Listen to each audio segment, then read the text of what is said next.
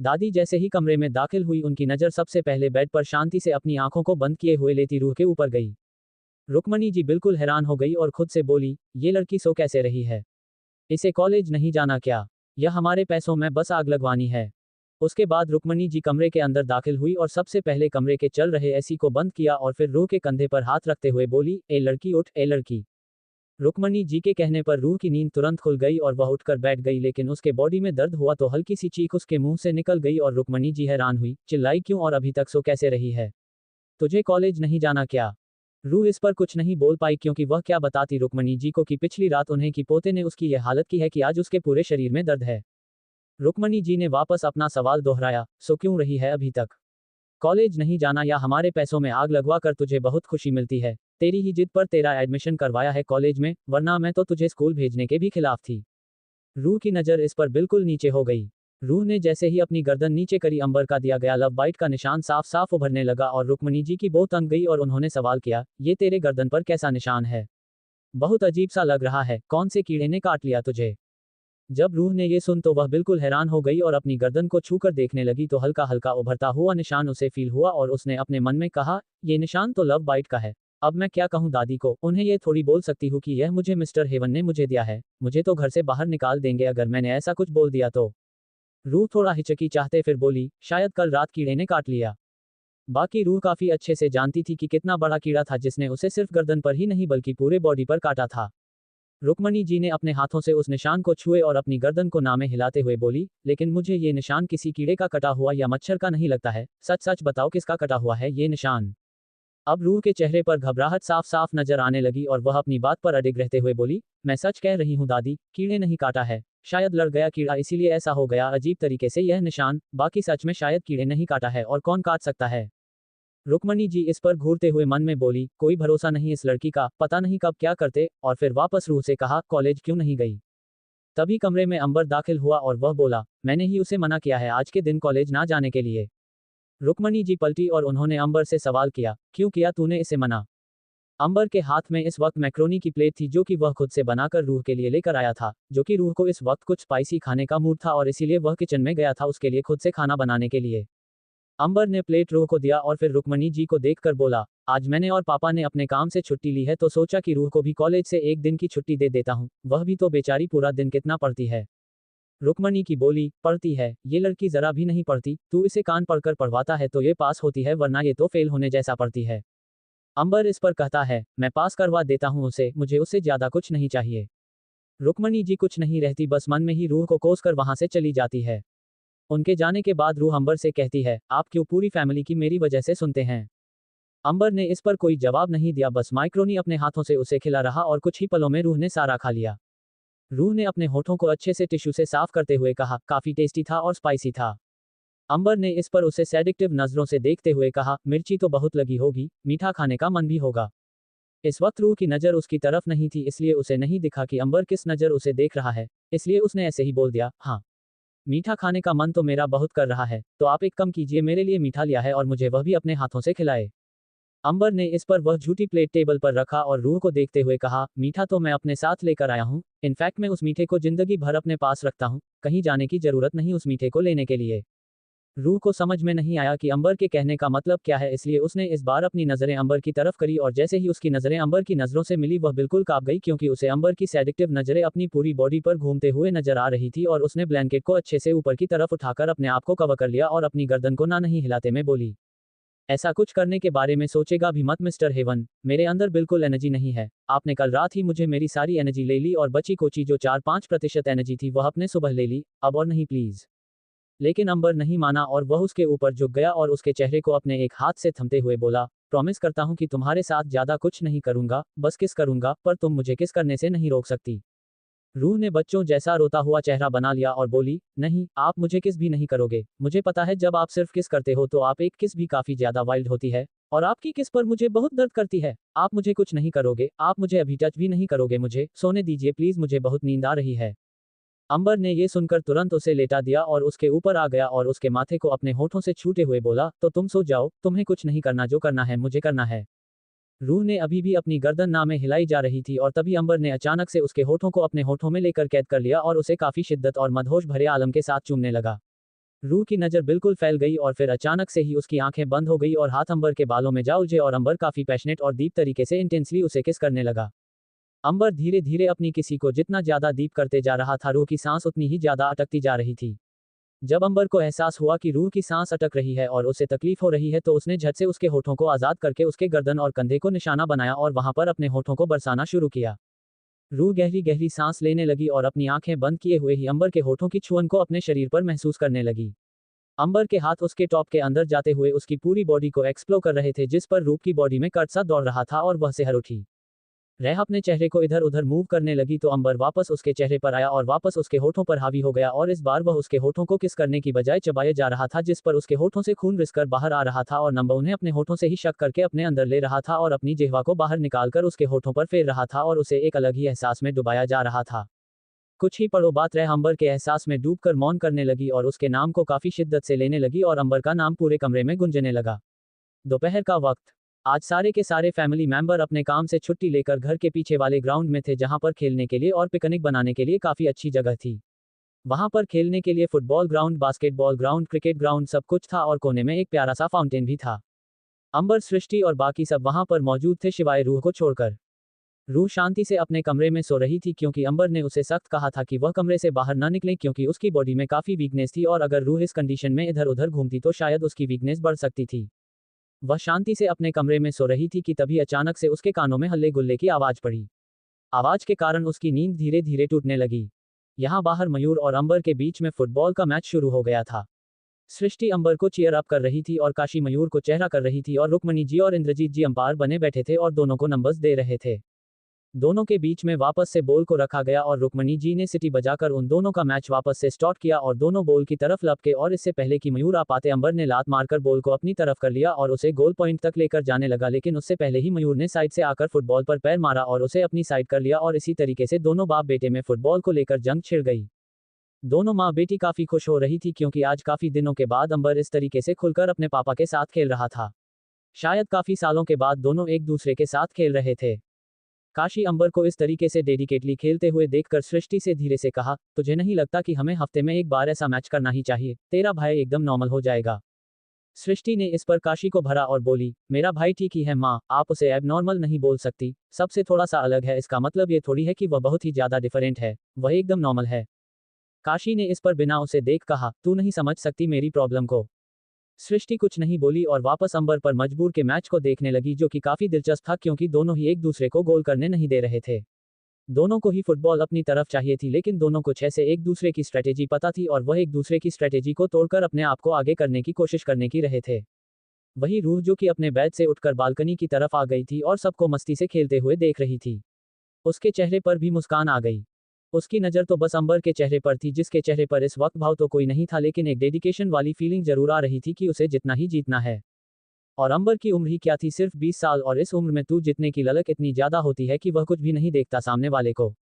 तभी अचानक से अंबर ने अपनी स्ट्रेटजी अचानक से बदल दी और अपनी बॉल को गोल कर दिया और सारे के सारे हैरान हो गए क्योंकि अंबर ने ये काम अचानक से किया था और मयूर इस चीज के लिए बिल्कुल रेडी नहीं था। अरे यार, मयूर के मुंह से निकला। वही रुक्मणी जी ने तुरंत सीटी बजाकर मैच को रोक दिया और तेजी से बोली, तो इस मैच का सीधा सीधा विनर है अंबर सिंह ओसवाल, उसने अपने पिता मयूर सिंह ओसवाल को हरा दिया है और उसने ये बता दिया है कि वह अपने पिता से ज्यादा लायक है। सब ने इस पर रुक्मणी जी को देखा कि तभी उन सब के कानों में जोर जोर से किसी के हैप्पीनेस से भारी हंसी सुनाई दी और सबने उसे तरफ देखा तो अंबर काफी जोर जोर से हंस रहा था। इस बार अंबर की हंसी खतरनाक नहीं थी और ना ही रहस्यमय से भरी थी। उसकी हंसी बिल्कुल प्योर थी, किसी बच्चे की तरह। वहां मौजूद हर कोई अंबर की हंसी में ही खो गया क्योंकि शायद क्या न जाने कितने समय के बाद उन्होंने अंबर के चेहरे पर यह मुस्कान देखी थी। काशी के चेहरे पर अनायास एक मुस्कान अभी, क्योंकि उसने अपने बेटे को शायद सालों बाद इस तरीके से खिलखिलाकर हंसते हुए देखा था। और वही अंबर के चेहरे पर मैच को जीतने की एक अलग ही चमक थी। वह काफी खुश लग रहा था मैच को जीतकर और उसने कूदकर अपने हाथ को 2-3 बार पीछे की तरफ किया और बोला, मैं जीत गया पापा, आप मुझे कभी किसी गेम में नहीं हरा सकते, Ambar Singh Oswal is the best. इस बात को मयूर ने भी माना और बोला, accepted my son that you are the best. ये सुनने के बाद अंबर के चेहरे की मुस्कान काफी ज्यादा बड़ी हो गई और काशी उसके पास आए और उसके चेहरे को पकड़कर उसके पहले माथे को चुम्मा और उसके चेहरे को अपने दोनों हाथों में थमते हुए बोली, बस इसी तरीके से मुस्कुराया कर, तेरे चेहरे पर सीरियसनेस अच्छी नहीं लगती, यह मुस्कान मुझे बहुत अच्छी लगती है तेरे चेहरे पर। ये सुनते ही अपनी इस मुस्कान को बराबर रखकर अंबर में सिर्फ काशी को देखा, कुछ बोला नहीं। वही अपने कमरे से ये सब कुछ देख रही रूह भी काफी ज्यादा खुश हो गई अंबर को इस तरीके से हंसते देखकर, और वह बोली, आज तो मैंने भी न जाने कितने समय के बाद मिस्टर हेवन को इस तरीके से हंसते हुए देखा है, आज सच में कोई स्पेशल डे है। बोलने की बात वो खुद भी खिल उठी और खुद से बोली, थोड़ा सा मुझे अच्छा लग रहा है, मैं भी नीचे जाती हूँ सबके पास। उसके बाद धीरे धीरे खुद को संभालते हुए रूह वहां से नीचे मैंशन के पीछे आ गई।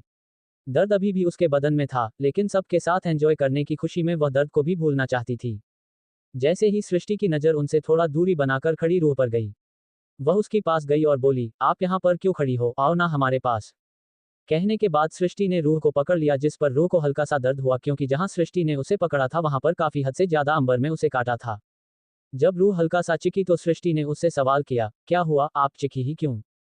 रूह ने अपना बाजू पकड़ा और कहा, कुछ नहीं, बस शायद यहाँ पर ज्यादा काटा था इसीलिए। सृष्टि यह सुनकर आंखें बड़ी बड़ी कर उसे देखने लगी और हंसते हुए बोली, शर्म करके बोलो यार, माना कि मेरी वजह से कल रात आप और भैया एक हो गए, पर इसका मतलब ये थोड़ी है कि आप मुझे सब कुछ बोलेंगे। रूह को समझ में नहीं आया कि सृष्टि का क्यों हंस रही है, इसलिए उसने कंफ्यूजन में उसे देखा तो सृष्टि उस पर और भी ज्यादा जोर जोर से हंसने लगी, जिसकी आवाज सुनकर काशी वहां आए और उन दोनों से बोली, किस बात पर हंस रही हो दोनों, चलो वहां आकर बैठो। और रूह, तुम्हारी तबीयत कैसी है? अंबर ने बताया कि तुम्हें फीवर हो गया था सुबह। रूह हैरान हो गई और बोली, क्या? मुझे फीवर हुआ था सुबह, पर मुझे क्यों नहीं पता इस बारे में। सृष्टि ने यह सुनकर अपना सिर पीट लिया क्योंकि अंबर ने झूठ बोला था, और यह बात सृष्टि इस वक्त समझ गई थी जब ये बात अंबर ने सबके सामने रखी थी। तुम्ही ने तो मुझे सुबह कहा था कि मुझे फीवर जैसा फील हो रहा है, पीछे से अंबर की नॉर्मल आवाज आई।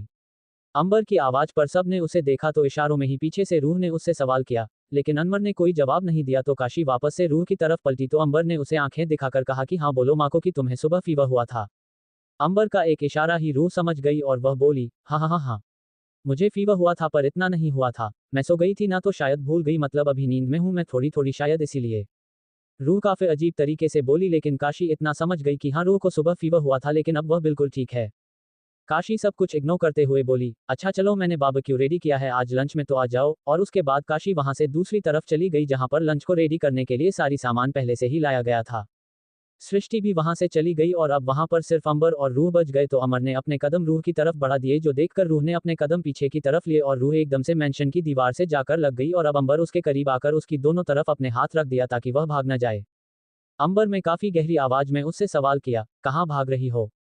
जिसके जवाब में रूह हकलाते हुए बोली, कहीं भी तो नहीं भाग रही, वो आंटी के पास जा रही हूँ, उन्होंने लंच रेडी किया है ना। अंबर और भी ज्यादा उसके करीब आया और अपना चेहरा उसके चेहरे के करीब ले जाते हुए बोला, अभी लंच रेडी नहीं हुआ है, टाइम है। जब लंच रेडी हो जाएगा तो वह हमें बुला लेंगे, तब तक मैं अपना लंच कर लेता हूँ। रूह ने इस पर अंबर की उन इंटेंस आइस में देखकर कहा, लेकिन अभी तो आपने कहा ना कि लंच रेडी नहीं हुआ है, तो आप लंच कैसे करेंगे?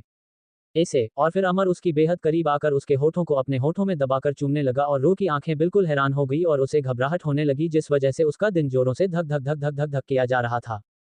अंबर बिल्कुल फोकस होकर सिर्फ उसके चेहरे को देखकर उसे किस कर रहा था और वही रूह की नजर उसके चेहरे पर न होकर इधर उधर थी और वह निगाह रख रही थी कि कोई आ ना जाए। अंबर धीरे धीरे अपनी किस को पैशनेट और डीप करते जा रहा था, जिस पर उसके हाथ दीवार से सदरक कर अपने आप ही उसके पीठ पर आए और उसकी कमर को अपने दोनों हाथों से जकत कर अपनी तरफ करके खुद से बिल्कुल चिपक लिया और उसे दीवार से लगाकर अच्छे से उसे किसेस करने लगा। रूह भी धीरे धीरे इधर उधर देखने के बजाय अब अंबर के चेहरे पर फोकस हो गई और उसकी किसी को एंजॉय करने लगी और उसके हाथ जो इस वक्त अंबर के हाथों पर थे वह उठकर सरकते हुए उसके कंधे पर आए और उन्हें अपने नाखूनों को छुपाने लगे। लेकिन जब दोनों की ही सांस उखड़ने लगी और गहरी होने लगी तो अमर ने उसके होठों को आजाद किया और सिर्फ एक उंगली से भी कम का फासला छोड़ देते हुए कहा, मुझसे भागना मत क्योंकि तुम्हारी ही फरमाइश थी तुम्हें दिन रात दोपहर शाम हर वक्त चुमने की। रूह के गाल अपने आप ही अंबर की बात सुनकर टमाटर की तरह लाल हो गए और उसकी नजरें नीचे हो गई और वही अंबर की नजर अभी भी उसके उसे लाल चेहरे पर थी और उसकी नजरों में अभी भी हल्की हल्की वासना थी जो कि बार बार उसे रूह के करीब लेकर जा रही थी। लेकिन दोनों इस बात से अनजान थी कि किसी की निगाहें उन्हें पर थी और उनके करीबी को देख रही थी। आखिर कौन है ये जिसकी नजरें इस वक्त उन दोनों पर ही है? आखिर कब तक रहेगा रूह और अंबर का प्यार इसी तरीके से?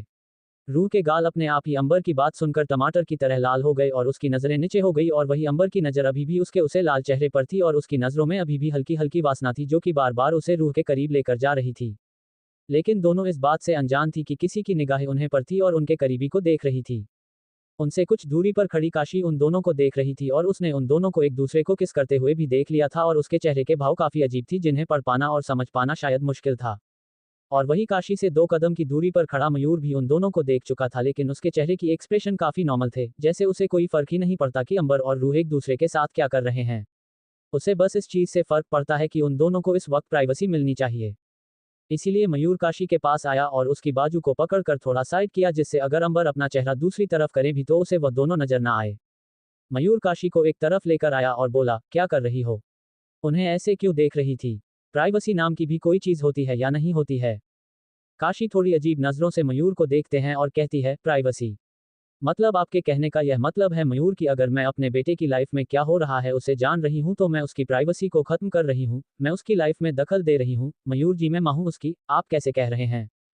मयूर इस पर थोड़ा सख्त बरसते हुए बोला, काशी, हम भी जानते हैं कि आप अंबर की मां है, लेकिन मां भी एक लिमिट तक अपने बेटे की जिंदगी में दखल दे सकती है। जब बेटा अपने पैरों पर खड़ा हो जाए और खुद के लिए कुछ कर सके, वह 20 साल का है, 2 साल का नहीं कि हम अंबर की पूरी लाइफ में दखल देंगे और अंदर तक उसकी लाइफ में घुसेंगे।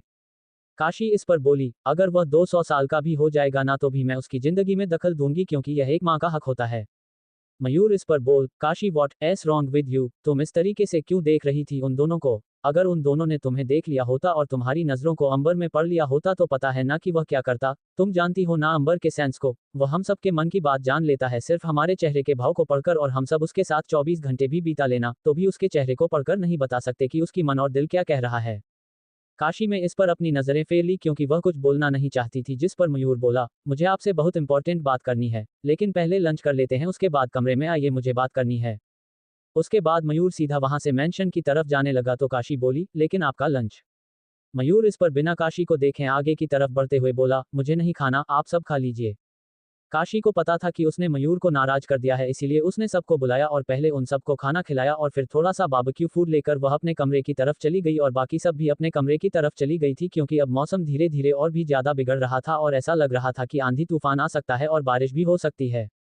काशी कमरे के अंदर आए और खाना लेकर मयूर के पास गए तो मयूर ने खाने को देखे बिना ही कहा, आप खा लीजिए, मैं नहीं खाने वाला। काशी ने इस पर प्लेट को दूसरी प्लेट से ढक दिया और टेबल पर रखकर मयूर के पास जाकर बैठ गई और अपने हाथों को बांधते हुए बोली, ठीक है, हम भी नहीं खाएंगे जब तक आप नहीं खाएंगे।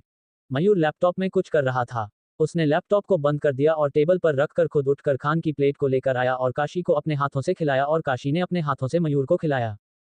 काफी अच्छे से जानता था कि अगर वह नहीं खाएगा तो काशी भी नहीं खाएगी, चाहे काशी बीमार पड़ जाए लेकिन वह नहीं खाएगी जब तक मयूर नहीं खाएगा। इसीलिए मन न होने के बावजूद भी खांसी के लिए उसने खा लिया और काशी भी मुस्कुराकर खाने लगी। उसके बाद में खाने की प्लेट को टेबल पर रख दिया और काशी बिल्कुल मायूस के पास जाकर चिपक गई, उसके हाथों में अपनी बाहें डालकर उसके कंधे पर अपना सर रख दिया और धीरे से बोली, मुझे अंबर का रूह के लिए पोजेस्ट होना बुरा नहीं लगता, पर डर लगता है कि उसका पोजेस्ट होना हम सबके लिए खतरा है। मयूर ने इस पर काशी को थाम लिया और बोला, लेकिन मैं कहता हूं कि आप गलत सोच रहे हैं। अंबर का रूह के लिए पोजेस्ट होना खतरा नहीं है हमारे लिए, बल्कि हमारे लिए वह दिन खतरे से भर जाएगा जब हमने अंबर को रूह से दूर कर दिया। तब आप खुद सामने से बोलेगी कि रूह को लेकर आए और हमारे अंबर को दीजिए, क्योंकि अंबर पागल हो जाएगा अगर वह उससे दूर हो गई थी। काशी को समझ में नहीं आया तो वह अब मयूर से दूर हुई और उसके चेहरे को देखने लगी, जिस पर मयूर में उसके चेहरे को अपने हाथों से थामा और कहा, हम सही कह रहे हैं काशी, हम अमर को रूह से दूर नहीं कर सकते। अगर आपको ये प्रॉब्लम थी तो हमें 10-15 साल पहले बोलते, जब वह दोनों 5-6 साल के थे, क्योंकि यह चीज तो हमने तभी देख ली थी कि अंबर रूह के लिए किस तरीके से धीरे धीरे पोजेस्ट होता जा रहा है।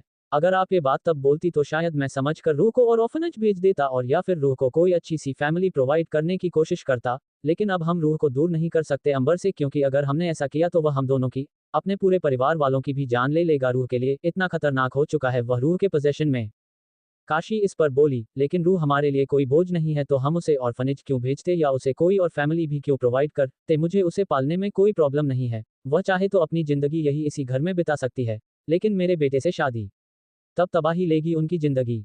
तो उनकी जिंदगी में तबाही आती है तो आने दीजिए, क्योंकि अगर तबाही नहीं आई तो सैलाब आएगा, और ऐसा सैलाब आएगा कि हम दोनों, हमारा पूरा परिवार और जितने भी लोग उन दोनों को अलग करने में आगे आएंगे, अंबर उन सबको तबाह कर देगा। और यह बात तो आप उसी दिन समझ जाती जिस दिन अंबर गुस्से से रूह को उस दानिश से शादी से रोककर घर वापस लेकर आया था। अगर उसका पोजीशन नॉर्मल होता तो वह करने देता रूह को किसी और से शादी, लेकिन नहीं, उसने ऐसा नहीं होने दिया। मयूर ने कहा तो काशी बोली, वह दानिश हमारी फैमिली का दुश्मन है, ऐसे कैसे हम रूह को किसी दुश्मन के गले बांध दे। मयूर ने गहरी सांस लिया और बोला, काशी आप बस मेरी एक बात मान जाए, और वह ये कि आप अंबर और रूह को अलग करने का जो डिसीजन आप अपने मन में बिठा कर बैठी है उसे छोड़ दीजिए, क्योंकि ऐसा नहीं हो सकता और ऐसा करने के बारे में सोचिएगा भी मत। वह दोनों जिंदगी में एक साथ काफी खुश रहेंगे, आप देखिएगा कि वह दोनों कितने खुश रहेंगे अपनी जिंदगी में, और आने वाली लाइफ में वह दोनों एक दूसरे के साथ अपनी जिंदगी को काट लेंगे, बिता लेंगे एक दूसरे के बाहों में, और उन्हें बिता लेने दीजिए अपनी जिंदगी जैसे वह बिताना चाहते हैं। और मैं तो चाहता हूं कि 1 साल बाद जैसे ही रूह 21 साल की हो जाएगी, हम उनकी शादी कर देंगे। काशी मयूर की बात काफी अच्छे से समझ रही थी, इसीलिए उसने हाँ में अपनी गर्दन हिला दी। रात का वक्त, मौसम सच में अपना रुख बदल चुका था, और सुबह सुबह जो धूप थी वह दोपहर में थोड़ी हल्की हुई, और अब जो रात की चांदनी थी वह बादल में बिल्कुल चुप गई, क्योंकि बादल आसमान में गर्जना कर रहे थे और बिजली कड़क रही थी। तेज तेज हवाएं चल रही थी। आंधी तूफान आ चुका था, और धीरे धीरे बारिश भी अपना रुख लेकर जमीन पर गिर रही थी। रूह की बॉडी का पेन अब काफी हद तक ठीक हो गया था। उसे काफी अच्छा फील हो रहा था, और बाहर से आई बारिश की मिट्टी की महक उसे लुभा रही थी। इसीलिए वह कमरे से उठकर बालकनी में आ गई थी, और बालकनी के गैलरी पर अपना हाथ रखकर वह चांद को बादलों में ढूंढने की कोशिश कर रही थी, और अपने में ही खो चुकी थी। इस वक्त रूह ने ब्लैक कलर का क्रॉप लूज टॉप और येलो कलर के शॉर्ट्स पहने हुए थे। लाइट जा चुकी थी, और पूरे घर में अब जनरेटर की वजह से लाइट थी, लेकिन ये लाइट्स भी ज्यादा देर तक नहीं टिकी, क्योंकि दोपहर से लाइट्स जा चुकी थी, और जनरेटर भी चलता तो कितना देर तक चलता, इसीलिए वह भी धीरे धीरे बंद हो गया। गनीमत थी कि सबने आज जल्दी अपना डिनर कर लिया था, इसीलिए ज्यादा प्रॉब्लम नहीं हुई, और इस वक्त कोई भी सोया नहीं था, लेकिन अपने कमरे में थे। मयूर ने एक नौकर को फोन करके जनरेटर में तेल डालने को कहा ताकि वह वापस से चलने लगे। लेकिन फिलहाल इस काम में लगभग आधा घंटा तो लगा ही था, क्योंकि जनरेटर काफी बाहर की तरफ था। वही जब अचानक से अंबर के कमरे की लाइट्स चली गई, तो अंबर जो इस वक्त अपने लैपटॉप में एक फाइल को रीचेक कर रहा था, क्योंकि उसे अगले दिन ऑफिस में एक इंपॉर्टेंट मीटिंग लेनी थी। अंबर ने पूरे कमरे को देखा और फिर लैपटॉप को बंद करके रख दिया और बैलगाड़ी की तरफ आ गया, क्योंकि इस वक्त वहीं पर रोशनी थी। अंबर बालकनी में आया तो धीरे धीरे बारिश आने लगी थी, और उसकी बंदें चटक तरीके से शरीर पर गिर रही थी। अंबर ने अपनी गर्दन दूसरी तरफ हिलाई तो एक कमरा छोड़कर जो अगला कमरा था, इसकी बालकनी में उसे रूह नजर आई, जो कि बस आसमान में बादलों के बीच में चांद को ढूंढने की कोशिश कर रही थी। हवा तेज चल रही थी, जिस वजह से रूह का पहना हुआ वह क्रॉप टॉप हवा से बार बार ऊपर की तरफ उठकर एक तरफ आ रहा था, जिस वजह से रूह की पहनी हुई वह ब्लैक कलर की इन अभी साफ साफ अंबर की आंखों के सामने आ रही थी, और अंबर बस उसकी उसे गोरी मखमल कमर पर कोटा गया। अंबर ने ऊपर से नीचे तक पहले तो कुछ पल के लिए रूह को घुरा, और फिर अपने कमरे से वापस आकर बाहर निकल गया और सीधा रूह का कमरे में जाकर दाखिल हुआ। वही रूह बस इतना खो चुकी थी चांद को ढूंढने में कि वह इस बात का अंदाजा भी नहीं लगा सकती थी कि उसे अपने कमरे से देखा हुआ अंबर उसके कमरे में आ गया था। रूह खुद से उसे चांद को ढूंढते हुए बोली, हाय, क्या खूबसूरत लगता है ये चांद, तू भले ही बेदाग है लेकिन क्या कमाल है, तेरी एक झलक पाने को मेरी आंखें तरसती है, अरे आजा मेरी आंखों के सामने, क्यों तड़पता है।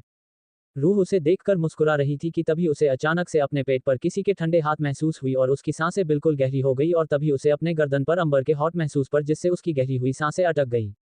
रूह खुद से उसे चांद को ढूंढते हुए बोली, हाय, क्या खूबसूरत लगता है ये चांद, तू भले ही बेदाग है लेकिन क्या कमाल है, तेरी एक झलक पाने को मेरी आंखें तरसती है, अरे आजा मेरी आंखों के सामने, क्यों तड़पता है। रूह उसे देखकर मुस्कुरा रही थी कि तभी उसे अचानक से अपने पेट पर किसी के ठंडे हाथ महसूस हुई, और उसकी सांसें बिल्कुल गहरी हो गई, और तभी उसे अपने गर्दन पर अंबर के हॉट महसूस पर, जिससे उसकी गहरी हुई सांसें अटक गई।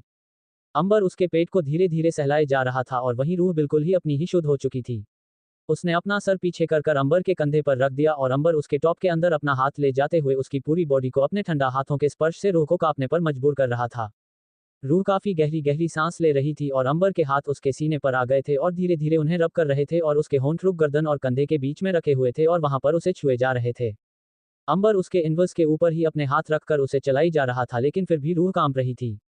अंबर का दूसरा हाथ जो इस वक्त उसके कमर पर ही था, वह उसे आगे की तरफ ले गया और नीचे की तरफ सरकाते हुए उसकी थाइस को रब करने लगा।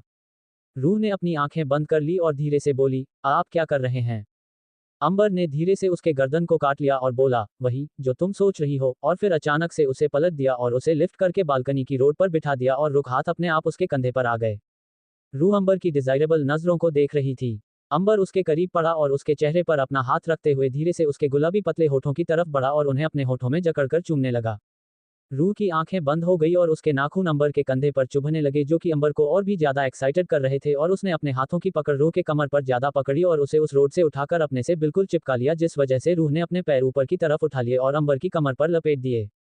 रूह और अंबर एक दूसरे को किस कर रहे थे और एक दूसरे की किस रिस्पांस कर रहे थे, जिस वजह से उनकी किस काफी ज्यादा डीप, पैशनेट, इंटेंस और डिजायर से भरी हो गई थी। उन दोनों की किस में एक दूसरे के लिए पागलपन, तड़प, हर कुछ नजर आ रहा था। अंबर के हाथ रूह के टॉप के अंदर वापस गए और इस बार उसने अंदर से ही उसके इनर के हुक को खोल दिया और वह इधर अपने आप सरक कर नीचे की तरफ गिर गया। इस एहसास से रूह के गाल बिल्कुल लाल हो गए, क्योंकि उसकी वह ब्लैक कलर की इधर अब अंबर की आंखों के सामने थी और जमीन पर बिखरी हुई थी।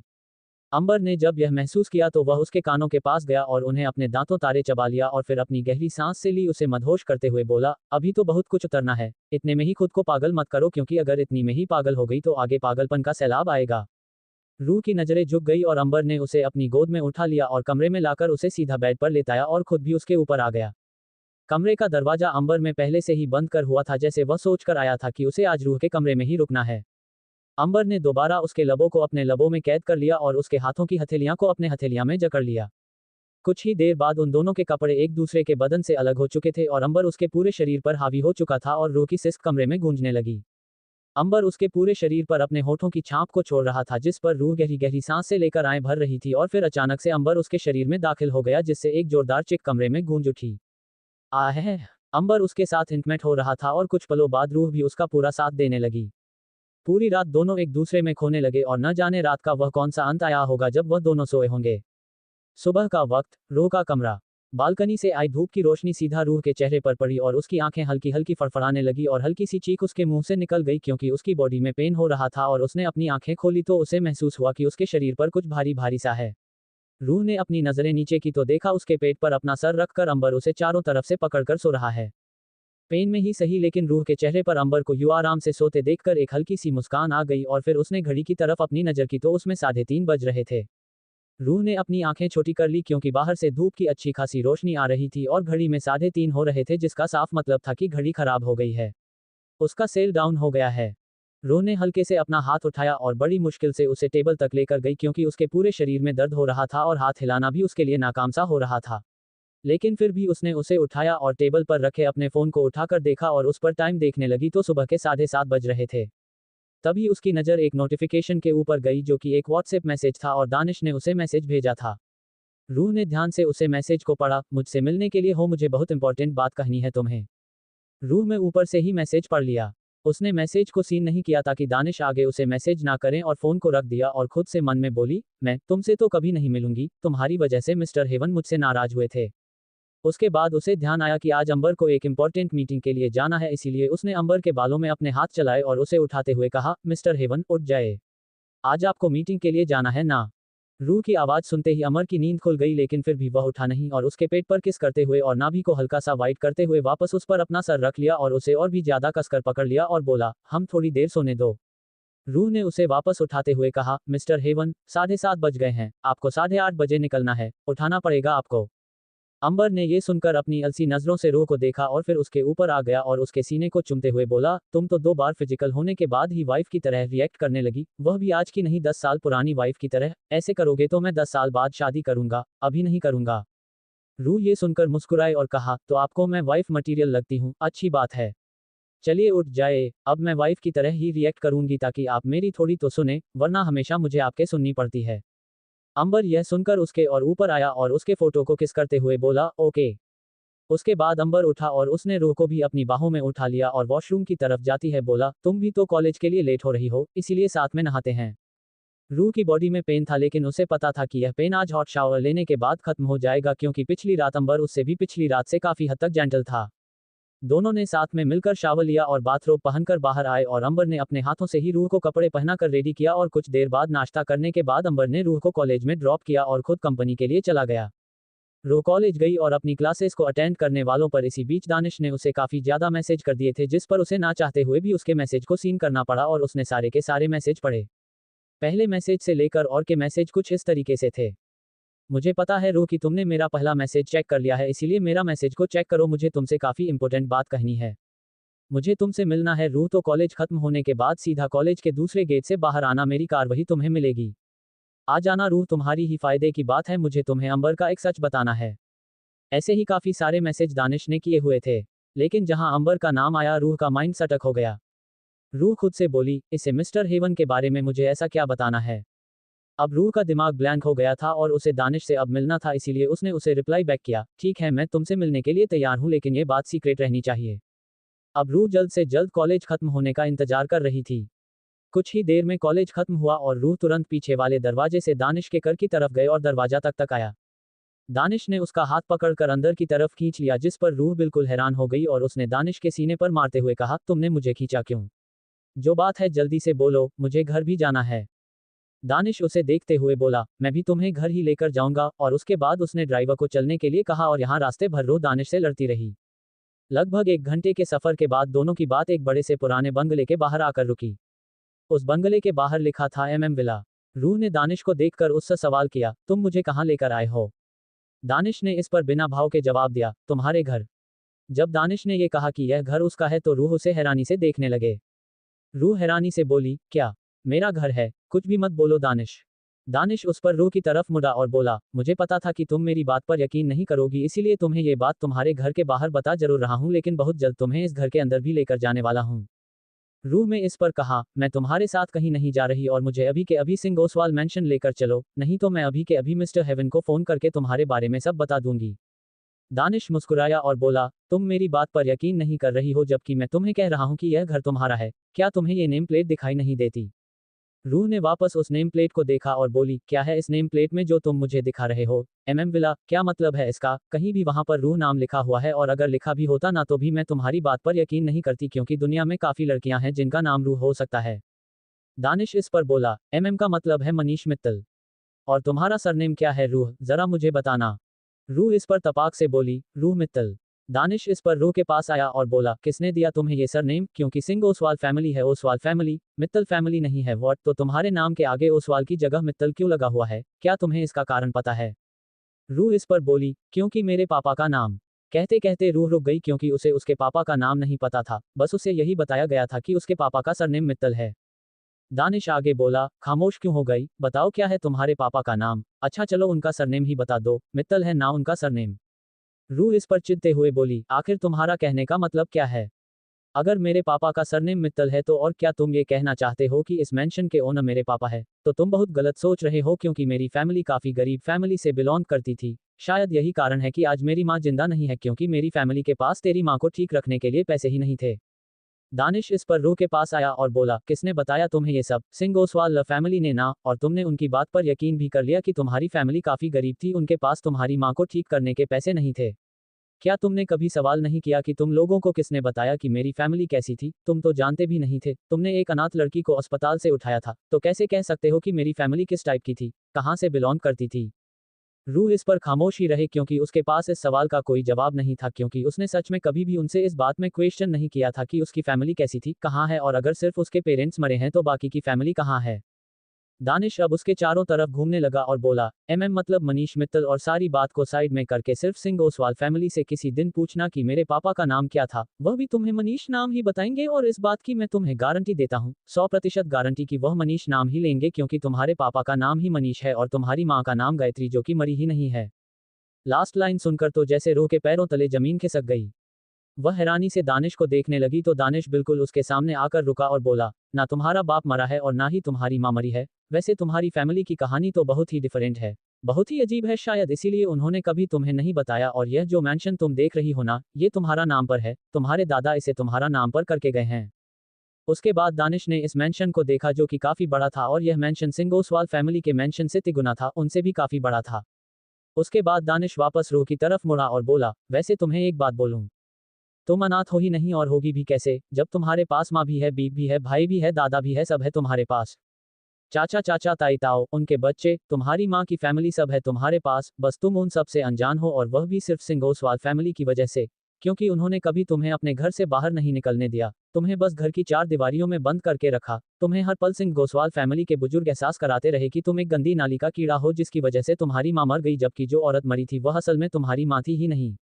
रूह बस उसकी बात सुन रही थी, लेकिन जब उसे दानिश की बातें बर्दाश्त नहीं हुई तो उसने चिल्लाते हुए कहा, बस चुप हो जाओ, बहुत सुन ली मैंने तुम्हारी बकवास, जो तुम्हें मुझे सुनना था मैंने सुन लिया, अब मेरी सुन लो, जो तुम कह रहे हो उसका क्या प्रूफ है तुम्हारे पास? क्या प्रूफ है तुम्हारे पास कि सिंह ओसवाल फैमिली ने मेरे साथ गद्दारी की है? कोई प्रूफ नहीं है। तुम सिर्फ झूठ बोल रहे हो ताकि तुम वापस मुझे अपनी तरफ कर सको और सिंह ओसवाल फैमिली मुझसे नफरत करें, और मेरे मिस्टर हेवन इस बार मुझसे नफरत करके मुझे घर से बाहर भी निकाल दे। लेकिन मैं ऐसा होने दूंगी ही नहीं, क्योंकि मुझे पता है कि मैं तुमसे नहीं अपने मिस्टर हेवन से प्यार करती हूं, और यह बात तुमसे पच नहीं रही है। तो सुन लीजिए मिस्टर दानिश धनराज, मैं तुम्हारी बातों में नहीं आने वाली, और ना ही यह बात मानने वाली हूं कि यह जो सामने मेंशन खड़ा है वह मेरा है, क्योंकि ऐसा है ही नहीं। तुम सिर्फ झूठ बोल रहे हो, क्योंकि तुम्हें सिर्फ झूठ बोलना आता है। दानिश मुस्कुराया और बोला, काफी अकल आ गई है तुम्हारे अंदर, पर खैर, इस अकल का क्या फायदा जो अपने असली घर को ना पहचान पाए। पर फिर भी एक और मौका देता हूँ, चलो मेरे साथ मेंशन के अंदर और खुद देख लो और गवाह बनो अपने मेंशन की। दानिश ने उसके बाद उसका हाथ पकड़ा और जबरदस्ती अपने साथ मेंशन के अंदर लेकर जाने लगा, लेकिन रूह अपना हाथ छुड़ाते हुए बोली, दानिश मेरा हाथ छोड़ दो, मुझे जाना है, दानिश छोड़ दो मेरा हाथ। लेकिन दानिश नहीं माना और जबरदस्ती उस मेंशन के पास लेकर आ गया और दरवाजा खोलकर उसे अंदर की तरफ धक्का दिया, जिससे काफी हद तक धूल उनके चेहरे के पास आ गई और दोनों ही कुछ पल के लिए खांसते रह गए। और फिर दानिश ने वापस उसका हाथ पकड़ा और उसे मेंशन के अंदर जबरदस्ती लेकर आया और सामने की ओर कर दिया। रूह पूरे मेंशन के हाल को देखने लगी। काफी खूबसूरत था, काफी सारी चीज एंटीक थी और महंगी लग रही थी। जितनी भी फर्नीचर वहां पर थे सब पर सफेद रंग का कपड़ा चढ़ाया हुआ था। ऐसा लग रहा था सालों से कोई उस मेंशन के अंदर नहीं आया, हाँ किसी राजा महाराजा के महल से कम नहीं लग रहा था। मेंशन बहुत खूबसूरत था। रूह बस मेंशन को देखते रही तो दानिश उसके पास आया और बोला, हर एक चीज के पास जाओ और एहसास करो और फिर खुद के दिल से पूछना कि यह मेंशन तुम्हारा है या नहीं है। ये सुनते ही अपने आप रूह के कदम उस मेंशन की ओर बढ़ गए और वह हर एक चीज को छूकर अपने अंदर कुछ अजीब सा फील करने लगी। उसे एक अनजाना लेकिन अपना एहसास हो रहा था उस मेंशन के अंदर। एक खुशनुमा और गुदगुदी भरा एहसास उसके मन को और दिल को छू गया। रूह ने पूरे हॉल का चक्कर लगाया और हर एक चीज को छू कर देखा और जैसे जैसे वह आगे बढ़ रही थी उसकी दिल की धड़कनें काफी हद तक बढ़ रही थी और अचानक से उसके कदम एक बड़े से कमरे के बड़े से लग्जरियस दरवाजे के पास आकर रुकी और वह उसे खोलने ही वाली थी कि दानिश ने आकर उसका हाथ पकड़ लिया और उसे अपनी तरफ किया और कहा, आगे का मेंशन तुम्हें देखने की इजाजत नहीं है। अगर तुम्हें पूरा मेंशन देखना है और यहाँ रहना है और अपनी चीज को अपना बनाना है तो इन गवर्नमेंट पेपर पर साइन करो और इस मेंशन को वापस अपने नाम कर लो, क्योंकि काफी समय से तुम्हारे पापा यहाँ नहीं आए हैं, इसीलिए गवर्नमेंट ने इस मेंशन पर अपना कब्जा कर लिया है। लेकिन तुम इसे अभी भी अपने नाम कर सकती हो, इसीलिए इन पर साइन करो और इस मेंशन को अपने नाम कर लो। रूह इस पर दानिश को बस एक तक देखती रही तो दानिश बोला, देख क्या रही हो, साइन करो। रूह का चेहरा सख्त हो गया और वह बोली, नहीं करना मुझे इन पेपर्स पर साइन। क्यों बार बार एक ही चीज बोल रहे हो कि यह घर मेरा है और मैं तुम्हें कह रही हूँ कि यह घर मेरा नहीं है। अब दोबारा मेरे साथ कोई भी जबरदस्ती करने की कोशिश मत करना दानिश, और ना ही मुझसे बात करने की कोशिश करना। मैं खुद से ही चली जाऊंगी यहाँ से, तुम्हारी हेल्प की मुझे जरा भी जरूरत नहीं। उसे के बाद रूह खुद से ही उस मेंशन से जाने लगी तो दानिश ने उसे रोकते हुए कुछ कहा, जिस पर उसके कदम अपने आप ही रुक गए और वह हैरानी से दानिश को देखने लगी। रात का वक्त, सिंह ओसवाल मेंशन। रूह घर आ गई थी और जब से घर आई थी वह अपने कमरे से बाहर नहीं निकली थी। उसने कमरे को भी अंदर से लॉक कर दिया था। 4-5 बार सृष्टि आई थी और उसे खाने के लिए बोला था और बाहर निकलने के लिए बोली थी, लेकिन रूह ने उसे साफ मना कर दिया, ये कहकर कि उसका मन नहीं है, उसे अकेले रहना है। रूह बस अपने बेड पर शांति से लेटी हुई थी और ऊपर सीलिंग की तरफ देख रही थी। उसकी आंखें काफी शांत थी। वह बस एक तक ऊपर देखते हुए आज सुबह हुई घटना के बारे में याद कर रही थी और उन सभी बातों को याद कर रही थी जो दानिश ने उसे कही थी। वह बिल्कुल भी दानिश की बातों को मनाना नहीं चाहती थी, लेकिन फिर भी न जाने क्यों उसका दिल का एक कोना ही कह रहा था कि दानिश की बात को मान लो, क्योंकि जो उसने कहा है वह बिल्कुल सही कहा है और उसकी वह कंडीशन जो उसने रखी है उसके बारे में भी वह काफी देर तक सोचती रही। तभी अचानक से उसके कमरे का दरवाजा खुल गया और रूह बिल्कुल हैरान हो गई, क्योंकि उसने अंदर से लॉक कर दिया था कमरा, तो कमरा बाहर से कैसे खुला। रूह उठकर ठीक से बेड पर बैठ गई और दरवाजे की तरफ देखने लगी और देखते ही देखते अंबर उसके कमरे में स्पैकी से इंटर हुआ। अमर को वहां देखते ही रूह ने अपनी नजरें नीचे की तरफ पड़ी और अंबर ने अंदर आते ही कमरे को अंदर से लॉक किया और उसके पास बैठे हुए बोला, तुमने आज दोपहर का खाना क्यों नहीं खाया और अभी भी तुम डिनर के लिए नीचे नहीं गई, कारण जान सकता हूँ। सृष्टि ने बताया, जब से कॉलेज से आई हूँ बहुत अजीब सी बिहेव कर रही हो, और तुम आज कॉलेज से लेट क्यों आए और टैक्सी से क्यों आए, कार भेजी थी ना मैंने। रूह ने कोई जवाब नहीं दिया, बस अपनी गर्दन को हाँ में हिला दिया, जिस पर अंबर ने उसका चेहरा पकड़ा और ऊपर की तरफ उठाया, क्योंकि काफी पीला पड़ चुका था, और अंबर उसके चेहरे की तरफ झुका और बोला, मैंने कुछ पूछा है तुमसे, बताओ क्या हुआ है, कॉलेज में किसी ने कुछ कहा या किसी टीचर से बहस हो गई है। रूह ने अपनी गर्दन नामे दिला दी और इस बार भी वह कुछ नहीं बोली। अंबर से रूह की चुप्पी बर्दाश्त नहीं हो रही थी, जिस पर वह बोला, तुम अपनी जबान से कुछ निकालोगी।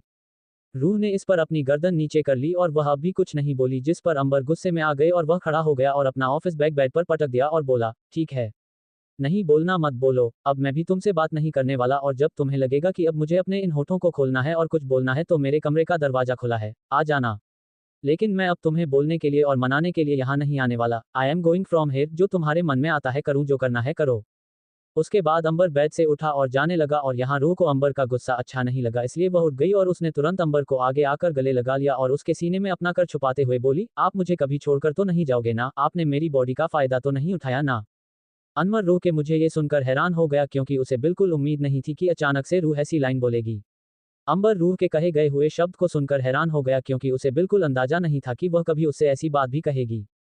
रूह ने काफी कसकर अंबर को गले लगाया हुआ था, लेकिन अंबर के हाथ नीचे उसकी पेंट की जेब में ही थी। उसने रूह को नहीं थामा हुआ था। अंबर ने सिर्फ एक सवाल किया, किसने तुमसे क्या कहा? रूह ने कोई जवाब नहीं दिया, बस वह ये बोली, आप प्लीज मुझे छोड़कर तो नहीं जाएंगे ना? अंबर को उसके सवाल का जवाब नहीं मिला, जिसका परिणाम ये निकला कि अंबर का चेहरा गुस्से से भर गया और उसने अपना हाथ बढ़ाया और रूह की कमर पर और पीठ पर धंसा दिया, जिस पर हल्की सी आह रूह के मुंह से निकली और वह दोबारा अपना सवाल दोहराता है, किसने तुमसे क्या कहा? रूह बेचारी इस बार कोई जवाब नहीं दे पाए, जिस पर अंबर के गुस्से का लेवल इस बार बढ़ गया और उसने अपने हाथ ऊपर की तरफ बढ़ाए और नीचे की ओर से उसके बालों को अपनी हथेलियां से बिल्कुल जकड़ लिया और उसके बालों को अपनी हाथों की मुट्ठियों में दबाते हुए आगे की तरफ खींचा, जिस पर रूह का चेहरा ऊपर उठ गया और उसके मुंह से हल्की सी चीख निकली, आह है। अंबर ने काफी मजबूती से उसके बालों को पकड़ रखा था, जिस वजह से रूह की आंखों से किनारे से आंसू आने लगे और अंबर ने उसकी आंखों में अपनी आंखें डालते हुए काफी गहरी और सख्त बड़ी आवाज में पूछा, किसने तुमसे क्या कहा और इस बार जवाब नहीं दिया तो तुम सजा मिलेगी। रूह को दर्द हो रहा था, लेकिन वह जानती थी कि अगर उसने दानिश का नाम ले लिया तो अंबर उससे वापस नफरत करने लगेगा कि वह वापस दानिश से क्यों मिलने गई और उसने दानिश की बात उसे सुबह ही क्यों नहीं बता दी, इसलिए इस बार भी वह चुप ही रही, जिसका परिणाम ये निकला कि अंबर ने जोर से रूह के बालों को छोड़ा, जिससे उसका सर एक पल के लिए झंझना गया और अंबर ने धक्का देकर रूह को बेड के ऊपर गिर दिया। रूह सीधा पेट के बल जाकर गिरी और अंबर ने अपने शर्ट के स्लीव्स को फोल्ड करना शुरू किया और फिर रूह की तरफ बढ़ा और रूह सीधी हो गई और अंबर सीधा उसके ऊपर आ गया और उसके जबड़े को कसकर पकड़ते हुए कहा, बताती हो या नहीं? रूह को अब डर लग रहा था, जिस पर उसने अपनी आंखें कसकर मिंच ली और एक शब्द बोली, दानिश। दानिश। यह एक शब्द सुनकर तो जैसे अंबर का गुस्सा अब ज्वालामुखी सा बनाकर फूटने वाला था और उसने रूह के जबड़े को छोड़ दिया और खड़ा होकर टेबल पर रखी चीजों को नीचे बिखेरती हुए बोला, मैंने मना किया था, लेकिन फिर भी तुम उस दानिश से मिलने चली गई, क्यों? रूह उठकर बैठ गई और डर गई अंबर के गुस्से को देखकर और खड़ी होकर तुरंत उसने पीछे से अंबर को अपनी बाहों में भर लिया और बोली, दानिश। दानिश ने मेरे साथ कुछ नहीं किया है, वह बस मुझसे मिलने आया था कॉलेज में और मैंने उसे रोका था, लेकिन वह जबरदस्ती मुझे। लेकिन आगे के शब्द उसके अटक गए क्योंकि उसे अच्छे से अभी भी कुछ क्लियर नहीं था। उसे डाउट था दानिश की बातों में, विला के बारे में। रूह के हाथ अंबर के सीने पर थे। अंबर ने उसके हाथों को अपने सीने पर अच्छे से एडजस्ट करके अपने अंदर तक दबाई और बोला, उसने क्या किया तुम्हारे साथ जबरदस्ती? रूह ने इस वक्त उसके बैक पर अपना चेहरा रखा हुआ था और लेफ्ट साइड की ओर देख रही थी, लेकिन जैसे ही उसने अंबर की बात सुनी उसने अपना चेहरा घुमा लिया और उसकी बैक पर इस बार अपना माथा गड़ा दिया और नामे अपना सर हिलाते हुए बोली, उसने मेरे साथ कुछ भी नहीं किया, वह बस मुझे अपने साथ जबरदस्ती कहीं लेकर गया था, पर मैं वहां से भाग गई थी। अंबर इस बार पलटा और उसने रूह के चेहरे को अपने दोनों हाथों से थामा और ऊपर की तरफ उठाते हुए बोला, सिर्फ इतनी बात तो नहीं हुई होगी, जो भी बात है क्लियरली मुझे अभी के अभी बताओ रूह, वरना मुझसे बुरा कोई नहीं होगा, अगर मुझे किसी दूसरे से या दानिश से ही सब कुछ पता चला तो मैं तुम्हारे साथ वह करूंगा जिसके बारे में तुम सोच भी नहीं सकती। रूह बस इस पर एक तक अंबर को देखने लगे और फिर वह अचानक से बोली, क्या मेरी माँ जिंदा है? क्या मेरी पूरी फैमिली है? क्या मुझे झूठ बोलकर सिंह ओसवाल फैमिली में रखा गया है? अंबर रूह के सवाल पर हैरान था। और यहाँ अपना सवाल पूरा करने के बाद रूह सुबह की बात याद करने लगी है, जब अचानक से दानिश ने उसे जाते वक्त रोक दिया था और अपनी बात कही थी। फ्लैशबैक। रूह अपनी बात कहकर उस मेंशन से जाने लगी थी कि तभी दानिश ने उसे रोकते हुए कहा, अपने माँ बाप से मिलना नहीं चाहोगी? रूह के कदम इस पर रुक गए और वह हैरानी से दानिश को देखने लगी, तो दानिश आगे बढ़ते हुए बोला, जिस तरीके से तुम अपने आप को अनाथ समझ रही हो उसी तरीके से तुम्हारे माँ बाप अपने आप को बेऔलाद समझ रहे हैं। वह बात अलग है कि 5 साल बाद तुम्हारा भाई भी इस दुनिया में आ गया था, जो कि इस वक्त 15 साल का है, लेकिन उन 5 सालों में वह कितना तड़ते हैं, कितना रोई है तुम्हारे लिए, क्या तुम्हें इस बात का जरा भी अंदाजा है? रूह अभी भी खामोश थी और दानिश बिल्कुल उसके पास आया और बोला, जाओ और जाकर वह कमरा देख लो और देख लो तुम्हारी माँ के आंसुओं की लकीरें आज भी उस कमरे में मौजूद है, सुन लो उन चीखों को जो तुम्हारी माँ ने अपने होठों से निकाली है, महसूस कर लो अपने बाप की तड़प को जो उस कमरे में मौजूद है, तुम्हारे माँ बाप का ही कमरा है वह। ये सुनते ही रूह के कदम अपने आप ही उस कमरे की तरफ बढ़ गए और उस कमरे के पास पहुंचते ही रूह ने कमरे के दरवाजे को धक्का दिया और वह दरवाजा चचकी आवाज से अंदर की तरफ खुल गया। अंबर काफी धूल मिट्टी थी जो दरवाजा खुलते ही अचानक से हवा में उड़ने लगी और रूह ने अपने चेहरे को अपने हाथों से ढक लिया और अंदर की तरफ अपने पैर बढ़ाने लगी और कमरे को देखने लगी। कमरे में बिजली नहीं थी, लेकिन बाहर से आई धूप की रोशनी हल्का हल्का उजाला कर रही थी, जिस पर वह सब कुछ तो नहीं लेकिन कुछ कुछ चीज देख सकती थी कि तभी अचानक से रूह के कानों में चिड़िया की चचकी आवाज गई और उसने उस तरफ अपनी नजर घुमाई तो वहां पर छोटी सी खिड़की थी। वह खिड़की जाम हो गई थी, लेकिन फिर भी रूह ने हिम्मत करके उस खिड़की को खोल दिया और बाहर की तरफ देखने लगी, जो कि मेंशन के पीछे वाला रास्ता दिखा रहा था और खिड़की से बाहर सीधा एक बड़ा सा फाउंटेन नजर आ रहा था, जो हल्का सा टूट गया था और उस फाउंटेन में पानी की एक बूंद भी नहीं थी। अब कमरे में काफी हद तक उजाला आ गया था। रूह ने अपनी नजर पूरे कमरे में घुमाई तो कमरे में हर जगह उसके माँ बाप की तस्वीर थी। उस कमरे में एक बड़ा सा लग्जरी बेड था जो कि आज के टाइम में एंटीक माना जाता है और उस बड़े से टिक वाली दीवार पर उसके माँ और पापा यानी कि गायत्री मित्तल और मनीष मित्तल की शादी की तस्वीर थी, जिसमें वह दोनों बेहद खूबसूरत नजर आ रहे थे। बाकी उनकी शादी की पोशाक इतनी ज्यादा महंगी लग रही थी कि ऐसा लग रहा था कि सबसे रईसी शादी इन्हीं की हुई होगी पूरी की पूरी भारत में। अगर आपका मन करे तो मनीष मित्तल को मुकेश अंबानी से कंपेयर कर लेना, क्योंकि मैंने उसे इतना ही अमीर बनाया है। पूरे कमरे में कोई भी एक ऐसी दीवार नहीं थी जहां पर गायत्री मित्तल की तस्वीरें ना हो। हर एक तस्वीर में गायत्री मित्तल इतनी ज्यादा खूबसूरत और सजी धजी लग रही थी कि यह कहना शायद गलत नहीं होगा कि आज भी अगर वह जिंदा है तो सच में काफी खूबसूरत होगी। एक बड़ा सा पोर्ट्रेट था जिसमें सिर्फ गायत्री जी की तस्वीर थी, जिसमें उन्होंने सिल्क की बनारसी साड़ी पहनी हुई थी जो कि दिखने में काफी ज्यादा यूनिक मॉडल लग रहा था। और रूह उस तस्वीर के पास गई और गौर से गायत्री के चेहरे को देखने लगी और वाकई गायत्री का चेहरा काफी हद तक रूह के चेहरे से मिलता जुलता था, जिसे देखकर रूह की आंखें हैरानी से बड़ी हो गई। रूह अब गायत्री जी के आंखों को ध्यान से देखने लगी और अपने आप ही उसकी आंखों से आंसू लुढ़ककर उसके चेहरे पर आए और फिर गिरकर उसके कंधे पर आ गए।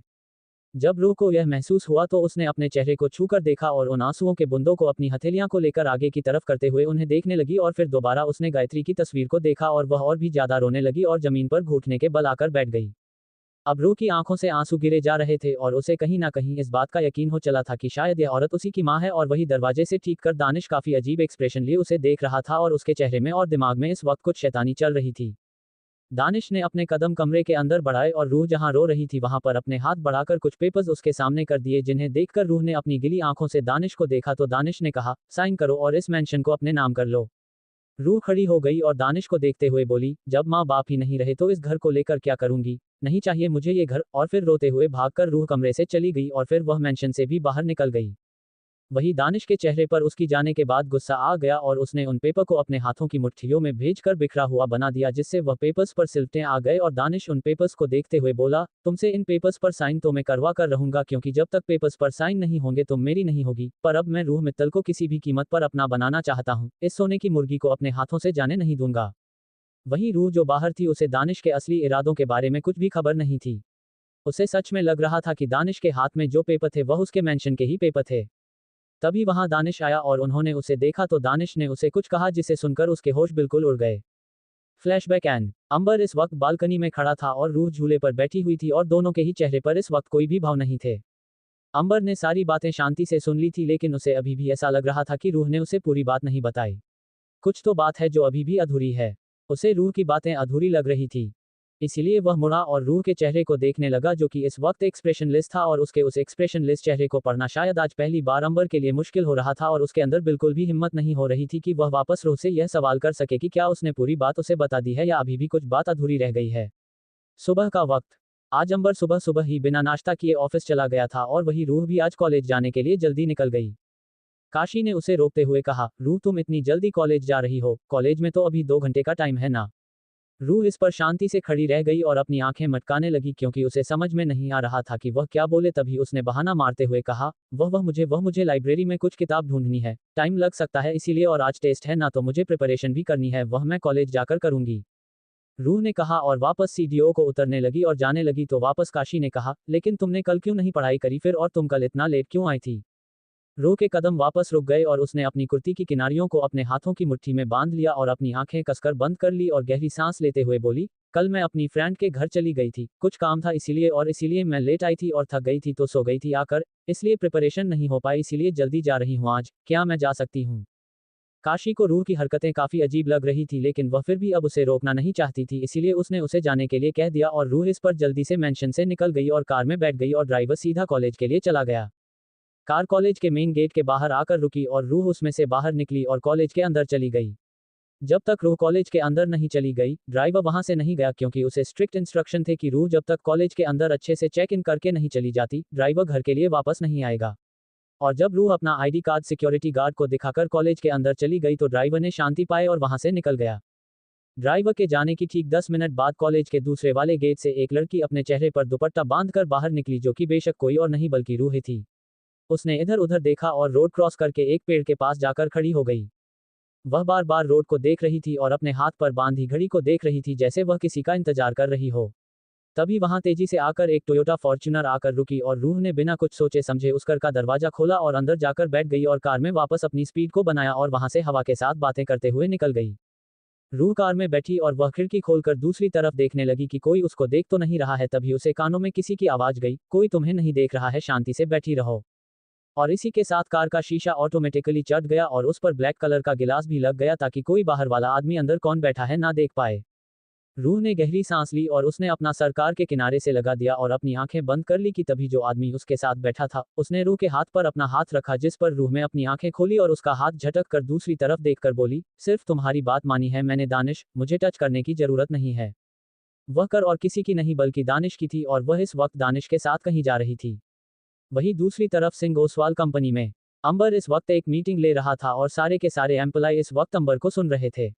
अंबर बिल्कुल सामने बैठा था और उसके ठीक पीछे एक प्रेजेंटेशन पर्दे पर चल रही थी।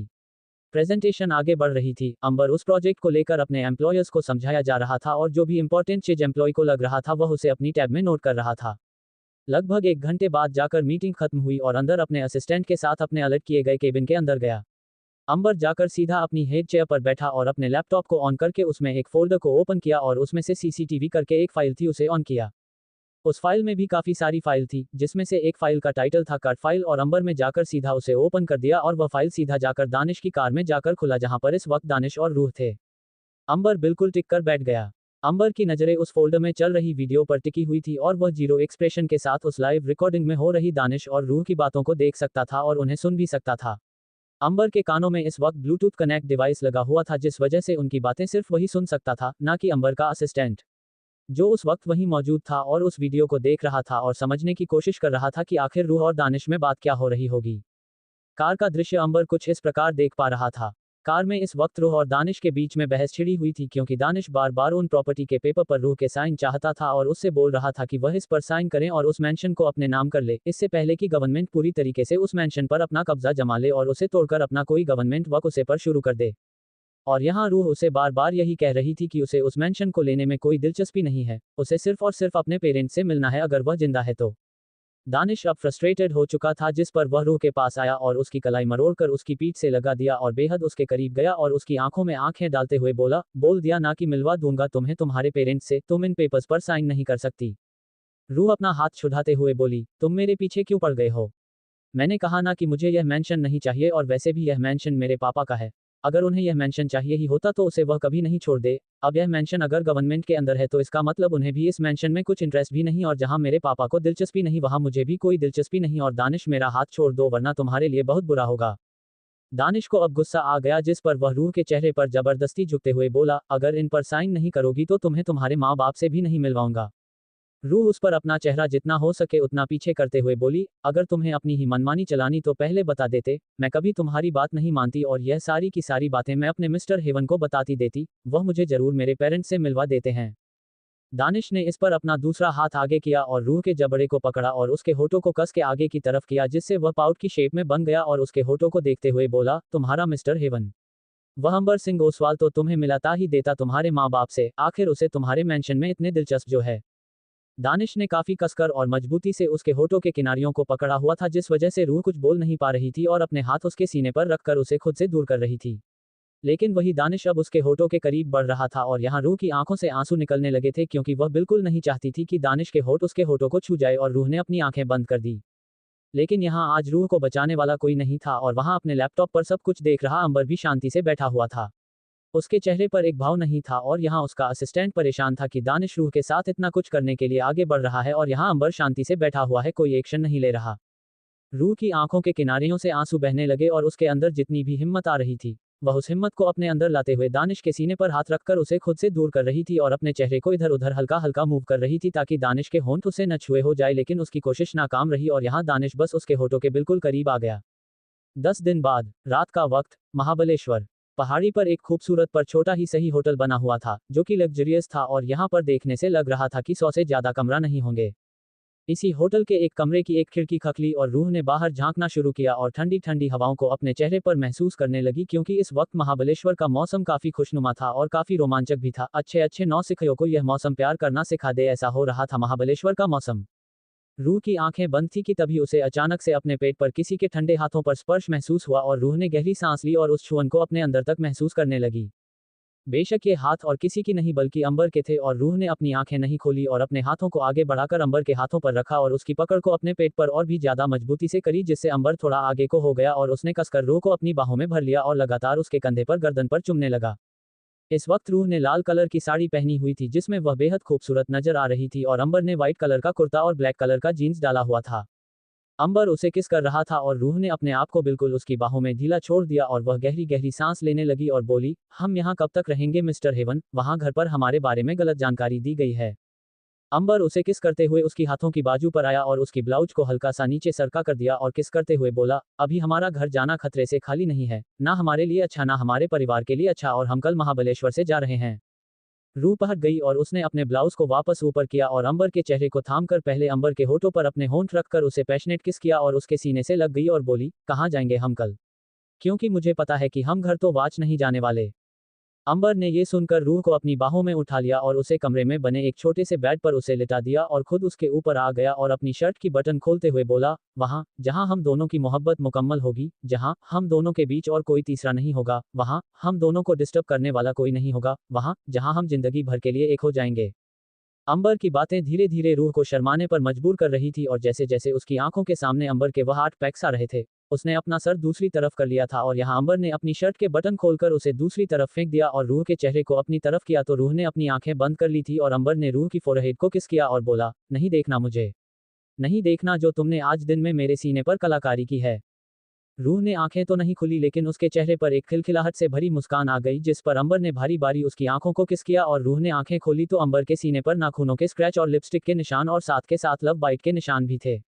उन निशानों को देखकर रूह को बार बार शर्म आ रही थी और उसे दोपहर की बातें याद आ रही थी जब वो दोनों वापस एक हुए थे और रूह ने वापस अपना सर हिला दिया और तकिए को उठाकर अपने चेहरे पर रख दिया। लेकिन अंबर के लिए कौन सा वह तकिया कोई बाधा बनने वाला था। उसने उस तकिया को तुरंत उठाकर बेड के नीचे गिर दिया जिस पर रूह ने तुरंत अंबर को देखा और अंबर उसके चेहरे पर उसके होठों पर अपने होंठ रख बोला, आज दोपहर को तुम वाइल्ड थी और अब मैं रहूंगा। अब मेरी बारी तुम्हें प्यार करने की, बहुत शौक था ना मेरे प्यार को अपने अंदर सामने का। तैयार हो जाए मिसेज रूह अंबर सिंह ओसवाल। और अंबर ने कहने के बाद रूह के होठों को अपने होठों में लेकर बंद कर दिया और उन्होंने अपने हाथों को उठाकर उन्हें अंबर के बालों में फंसा लिया। सुबह का वक्त महाबलेश्वर। रूह अंबर की बाहों में शांति से सो रही थी और अंबर भी उसे अपनी बाहों में कस के पकड़ा हुआ था और वह सफेद रंग की चादर उन दोनों के शरीर को ढकी हुई थी। बेड डबल साइज का नहीं था, वह सिंगल साइज में था और इस वक्त अंबर बेड के ऊपर था और रूह अंबर के ऊपर थी और उन दोनों के सीने आपस में चिपके हुए थे और अंबर के दोनों हाथ इस वक्त रूह के पीठ और कमर पर दबे हुए थे। खिड़की खुली हुई थी जहां से महाबलेश्वर की ठंडी ठंडी हवाएं कमरे में आ रही थी और महाबलेश्वर का ये होटल पहाड़ी इलाके में था जिस वजह से यहाँ पर काफी सारे पेड़ थे और इन्हीं पेड़ में से एक पेड़ पर चिड़िया बैठी हुई थी और वह गाना गाया जा रही थी जिसकी आवाज दोनों के कानों में पड़ रही थी लेकिन दोनों बेपरवाह एक दूसरे की बाहों में सो रहे थे। लेकिन कभी तो उठना था, इसलिए सबसे पहले अंबर ही उठा और उसने रूह को सीधा बेड पर लिटा दिया और अच्छे से उसकी बॉडी को चादर से लपेट दिया और बेड के नीचे गिरा अपना बॉक्स उठाया और उसे पहना और वॉशरूम में चला गया। कुछ देर बाद अंबर फ्रेश होकर और नहाकर बाहर आए और देखा कि रूह अभी तक तकिए को अपनी बाहों में लेकर सो रही थी जिस पर अंबर उसके पास आया और बैठ गया और उसके बालों को अपने हाथों से सहलाने लगा और उसके चेहरे को छुपा रहे और चूम रहे बालों को उसे कान के पीछे किया और रूह ने अपना चेहरा हल्का सा इधर उधर किए और वह वापस एक जगह अपना सर रख देखा और लेती रही लेकिन उसने अपनी आंखें नहीं खोली। अंबर के चेहरे पर मुस्कान आ गई और उसने रूह को सीधा किया और फिर उसके चेहरे पर झुककर उसके होंठ को अपनी होंठ में लेकर चुमने लगा और जब रूह को सांस लेने में दिक्कत आने लगी और उसे अजीब सा फील हुआ तो उसने अपनी आंखें खोली और सबसे पहली नजर उसकी अंबर के चेहरे पर भी गई जो उसके चेहरे पर झुका हुआ था और वह पूरा फोकस्ड होकर उसे किस कर रहा था।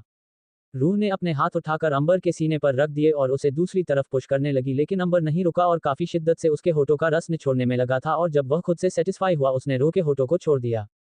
रूह गहरी गहरी सांस लेते हुए बेड से उठ गए जिस पर वह ब्लैंकेट उसके ऊपर से गिरकर नीचे हो गए जिससे अब वह उसके लोअर पार्ट को ही ढक रही थी। उसकी वो खुला सीन अंबर की आंखों के सामने आ गया और वह अपने सीने पर हाथ रखकर गहरी सांस लेते हुए अपने दिल की बढ़ती धड़कनों को महसूस करने लगी और अंबर को अजीब नजरों से देखने लगी। अंबर इस पर अपने हाथ को रूह के सीने पर रखते हुए उन्हें दबाते और सहलाते हुए बोला, नींद पूरी हो गई या अभी भी कुछ बचा है? रूह का चेहरा इस पर गुस्से से लाल हो गया और वह खड़ी हो गई जिस पर वह ब्लैंकेट पूरा उसकी बॉडी से हट गया और वह अंबर की तरफ बढ़ी और अंबर का बैलेंस बिगड़ गया और वह पेड़ के ऊपर पीठ के बल गिर गया और रूह उसके ऊपर जाकर उसके पेट पर चढ़ गए और उसके बाथरोब के कॉलर को पकड़ते हुए बोली, आपको शर्म नहीं आती सोई हुई लड़की का फायदा उठाते हुए? आखिर सोते हुए इंसान के साथ ऐसा कौन करता है? कम से कम मुझे उठा तो दिया होता। अंबर ने इस पर रूह के कमर को पकड़ा और उसे लेकर पलट गया जिस पर वह उसके ऊपर आया और उसकी आंखों में देखते हुए बोला, मतलब तुम चाहती हो कि मैं तुम्हारे साथ सब कुछ करूं लेकिन तब जब तुम होश में रहो तो तुम दिन में 8 घंटे सोती हो और बाकी टाइम होश में रहती हूं। बाकी के 16 घंटे अब मैं तुम्हारे साथ नॉन स्टॉप सब कुछ करूंगा और बाकी के 8 घंटे तुम खुद डिसाइड कर लेना कि तुम्हें सोना है या दर्द में करहाना है। अंबर की ऐसी बात सुनकर रूह ने अपना चेहरा दूसरी तरफ कर लिया क्योंकि उसे शर्म आने लगी थी और अंबर ने उसका चेहरा अपनी तरफ वापस किया और उसके चेहरे पर वापस झुकने लगा कि तभी अचानक से अंबर का फोन बजने लगा और अंबर ने दूसरी तरफ देखा और ना चाहते हुए भी अंबर को रूह को आजाद करना पड़ा और वह उठकर फोन की तरफ गया। अंबर ने फोन उठाया तो उस पर एक प्राइवेट नंबर शो हो रहा था, जिसे अंबर ने तुरंत उठाया और दूसरी तरफ से किसी ने कुछ कहा, जिस पर अंबर ने सख्त से कहा, जाने की जल्दी से तैयारी करो, मैं आज ही निकलूंगा यहाँ से, मुझे और दिन इंडिया में नहीं बिताने। ये सुनकर रूह भी जल्दी से उठ गई और हैरान हो गई और उसके चेहरे पर डर आने लगा। अंबर और रूह दोनों नहीं अपने चेहरे को मास्क से ढका हुआ था और दोनों इस वक्त एयरपोर्ट के बाहर थे और दोनों ने अपनी कदम एयरपोर्ट की तरफ बढ़ने शुरू कर दिए। रूह इस बात से अनजान थी, लेकिन अंबर नहीं कि उसने उन दोनों की सेफ्टी के लिए अपने बॉडीगार्ड्स को खुफिया तरीके से उनके पीछे ही रहने के लिए कहा था। जल्दी वीआईपी एरिया में गए और सीधा लोंगरी एरिया में चले गए और जितनी भी फॉर्मेलिटी थी वह सारी की सारी पूरी करी और जैसे ही टेक ऑफ का टाइम होने वाला था वह जल्दी से जाकर अभी फ्लाइट में अपनी सीट को लेकर बैठ गए। रूह खिड़की की तरफ बैठी थी और उसके साइड में अंबर बैठा हुआ था, जो कि अपने फोन में व्यस्त हो चुका था और अपना मास्क उसने अभी तक नहीं हटाया था। रूह ने अंबर की बाहों को पकड़ लिया और अपने दोनों हाथों से उसे लपेट दिया और उसके कंधे पर सर रखते हुए बोली, मिस्टर हेवन, मैं अपना मास्क निकाल दूं क्या? नहीं, अंबर में एक शब्द में अपना जवाब दिया और रूह ने आगे कोई भी क्वेश्चन नहीं किया और कुछ ही देर में फ्लाइट में अपनी उड़ान भर ली। लॉस एंजेलिस 2 दिन बाद। अंबर इस वक्त एक होटल के रूम में था और अपने लैपटॉप पर कोई काम कर रहा था और वही रूह शांति से बेड पर लेटी हुई सो रही थी और उसके चेहरे पर इस वक्त काफी थकान थी, जिसको देखकर ऐसा लग रहा था कि थोड़ी देर पहले ही दोनों के बीच में लव मेकआउट सेशन हुआ था। अमर को किसी का कॉल आया और उसने वह पिक करते हुए बालकनी की तरफ चला गया और अंदर सामने वाली की बात सुनकर बोला, उनके ऊपर अच्छे से नजर रखो, अगर किसी को कुछ भी हुआ तो मैं तुम्हारी जान ले लूंगा। अपना ऑर्डर देते ही अंबर में फोन काट दिया और वापस कमरे में आया और रूह के पास आकर बैठ गया और उसके चेहरे पर आए बालों को साइड में करते हुए बोला, सनशाइन, चलो उठ जाओ, बहुत देर से सो रही हो, चलो उठो जल्दी से, गेट अप। अगर ज्यादा सगी तो कमर में दर्द हो जाएगा। रूह ने इस पर करवट बदल ली और ब्लैंकेट को अपने ऊपर ले लिया और बोली, आपने मुझे सोने कहा दिया, सोने दीजिए मुझे। अंबर में इस पर उसे वापस सीधा किया और बोला, चलो उठो, बहुत देर से सो रही हो। रूह उठना नहीं चाहती थी पर उसे उठना पड़ा और वह अपनी आंखों को मसलते हुए अंबर को डांटते हुए बोली, आप बहुत गंदे हो, आपने मेरी नींद खराब कर दी, इतने अच्छे से सो रही थी और आप मेरे ऊपर जाकर चढ़ गए।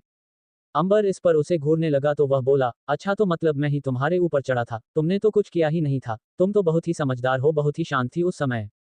रूह में इस पर अंबर के सीने पर मारते हुए कहा, आप मुझे ताना मारना बंद कीजिए और अपनी वाइल्डनेस को थोड़ा कम कीजिए, आप हद से ज्यादा वाइल्ड हो। अंबर ने ये सुनकर रूह के कमर पर हाथ रखा और उसे उठाकर अपनी गोद में बिठा लिया और पीछे से उसे बाहों में भरते हुए बोला, ये वाइल्डनेस सिर्फ तुम्हें देखकर आती है, एल। रूह ने इस पर अंबर को देखा और वह बोली, मुझे देखकर आपको वाइल्डनेस आती है और जो आप ये कुछ दिनों से लोगों को धमकियों पर धमकियां दे रहे हैं, वह आपकी वाइल्डनेस को शो नहीं करता। अंबर में इस पर रूह को अपनी तरफ मोड़ दिया और उसके चेहरे पर पका और उस पर अपने होंठ रखते हुए बोला, जितनी वाइल्डनेस मेरी साइन के लिए है उतनी वाइल्डनेस दुनिया के लिए नहीं।